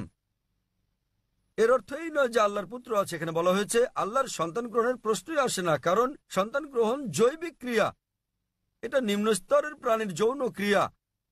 আর এ কারণেই আল্লাহ সন্তান গ্রহণ করবেন না। আল্লাহর কোনো স্ত্রীরও প্রয়োজন নেই। স্ত্রীর প্রয়োজন আমাদের মানুষের। যৌন ক্রিয়া নিম্ন শ্রেণীর প্রাণীর ক্ষেত্রে প্রযোজ্য। সুতরাং কোরআনের এই সবায়াত অনুযায়ী যদি আল্লাহর পুত্রের প্রয়োজন হতো তাহলে আমি প্রথম তার সামনে মাথা নত করতাম। বলা হয়েছে আল্লাহর কোনো পুত্র থাকতে পারে না, আল্লাহর কোনো স্ত্রীও প্রয়োজন নেই। তাই কোরআনের এই সবায়াতে বোঝানোর চেষ্টা করা হয়েছে আল্লাহর স্ত্রী আছে, পুত্র আছে, এসব বলে আল্লাহকে হেয় করো না। পরম দয়ালু আল্লাহর সন্তান কিংবা স্ত্রী থাকা তার মর্যাদার বিপরীত। ওয়াখিরু দাওয়ানা আলহামদুলিল্লাহি রাব্বিল আলামিন। আর কয়েক মিনিট আমরা দোয়া করব ভাইদের অনেকগুলো প্রশ্নের দৃঢ়, প্রতিশ্রুতিশীল, অবাধ ও আস্থাশীল জবাব প্রদানের জন্য। আমি ধন্যবাদ জানাচ্ছি ডক্টর জাকির নায়েককে। তিনি আরো অনেক প্রশ্নের, বিশেষ করে মুসলমান ভাই ও বোনদের অনেকের প্রশ্নের জবাব দেওয়ার সময় পাননি। আমার অনুরোধ রইল, প্রতি রোববার আমাদের প্রশ্ন উত্তর অধিবেশন হয়ে থাকে, দয়া করে নিঃসংকোচে এখানে আসুন। এবং অনেক সময় ডক্টর জাকির নিজে প্রশ্ন উত্তরের এই অধিবেশনে প্রশ্নের জবাব দিয়ে থাকেন। নিঃসংকোচে আসুন এবং আপনার প্রশ্ন জিজ্ঞাসা করুন, অথবা আপনি প্রশ্ন লিখে ইসলামিক রিসার্চ ফাউন্ডেশনে ইমেইলে পাঠাতে পারেন, অথবা আমাদের স্বেচ্ছাসেবকদের সঙ্গে যোগাযোগ করলে তারা আপনাদের ভালো দিক নির্দেশনা দেবেন। জাজাকাল্লাহ খায়ের সুন্দর বক্তব্যের জন্য। এখন আমরা আমাদের কারি, ইসলামের চমৎকার দায়, আপনারা তার পিতা, রাজ্জাক ক্রিকেটের ব্যবসায়ী পুঁজিপতি আব্দুর রহমান আল বুখাতিরকে চেনেন। তারই পুত্র, অত্যন্ত প্রসিদ্ধ কারি, আন্তর্জাতিক খ্যাতি সম্পন্ন অন্যতম কারি ও দায়ী শেখ সালাহ আব্দুর রহমান আল বুখাতিরকে এই অধিবেশনের সমাপনী দোয়া পেশ করার আহ্বান জানাব। ভাই ও বোনেরা, সংযুক্ত আরব আমিরাতের শেখ সালাহ আল বুখাতির।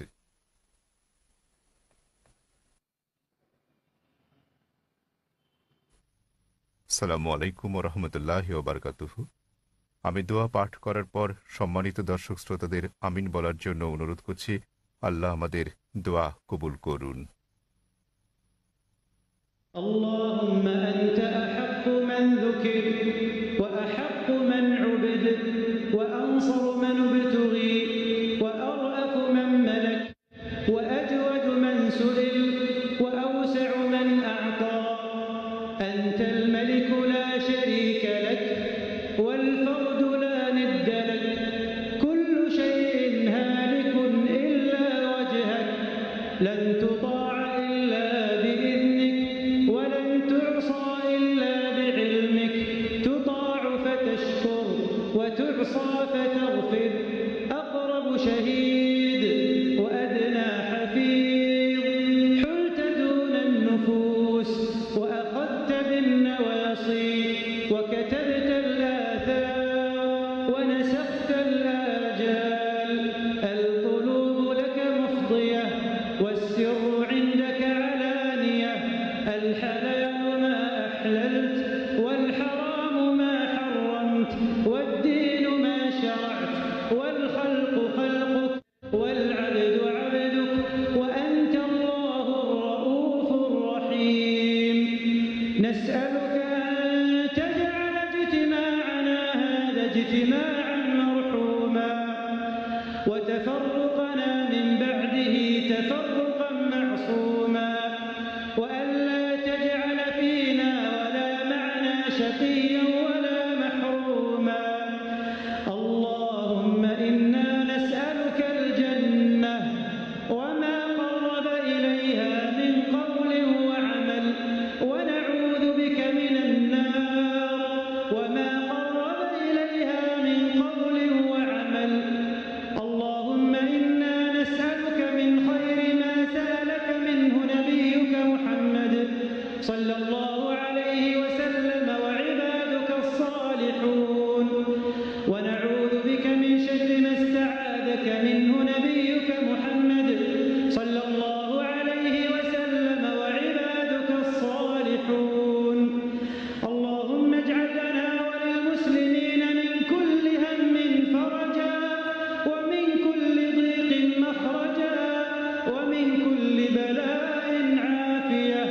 اللهم فرج هم المهمومين من المسلمين ونفس كرب المكروبين واقض الدين عن المدينين واشف مرضانا ومرضى المسلمين برحمتك يا أرحم الراحمين. اللهم أصلح لنا ديننا الذي هو عصمة أمرنا وأصلح لنا دنيانا التي فيها معاشنا وأصلح لنا آخرتنا التي فيها معادنا. واجعل الحياة زيادة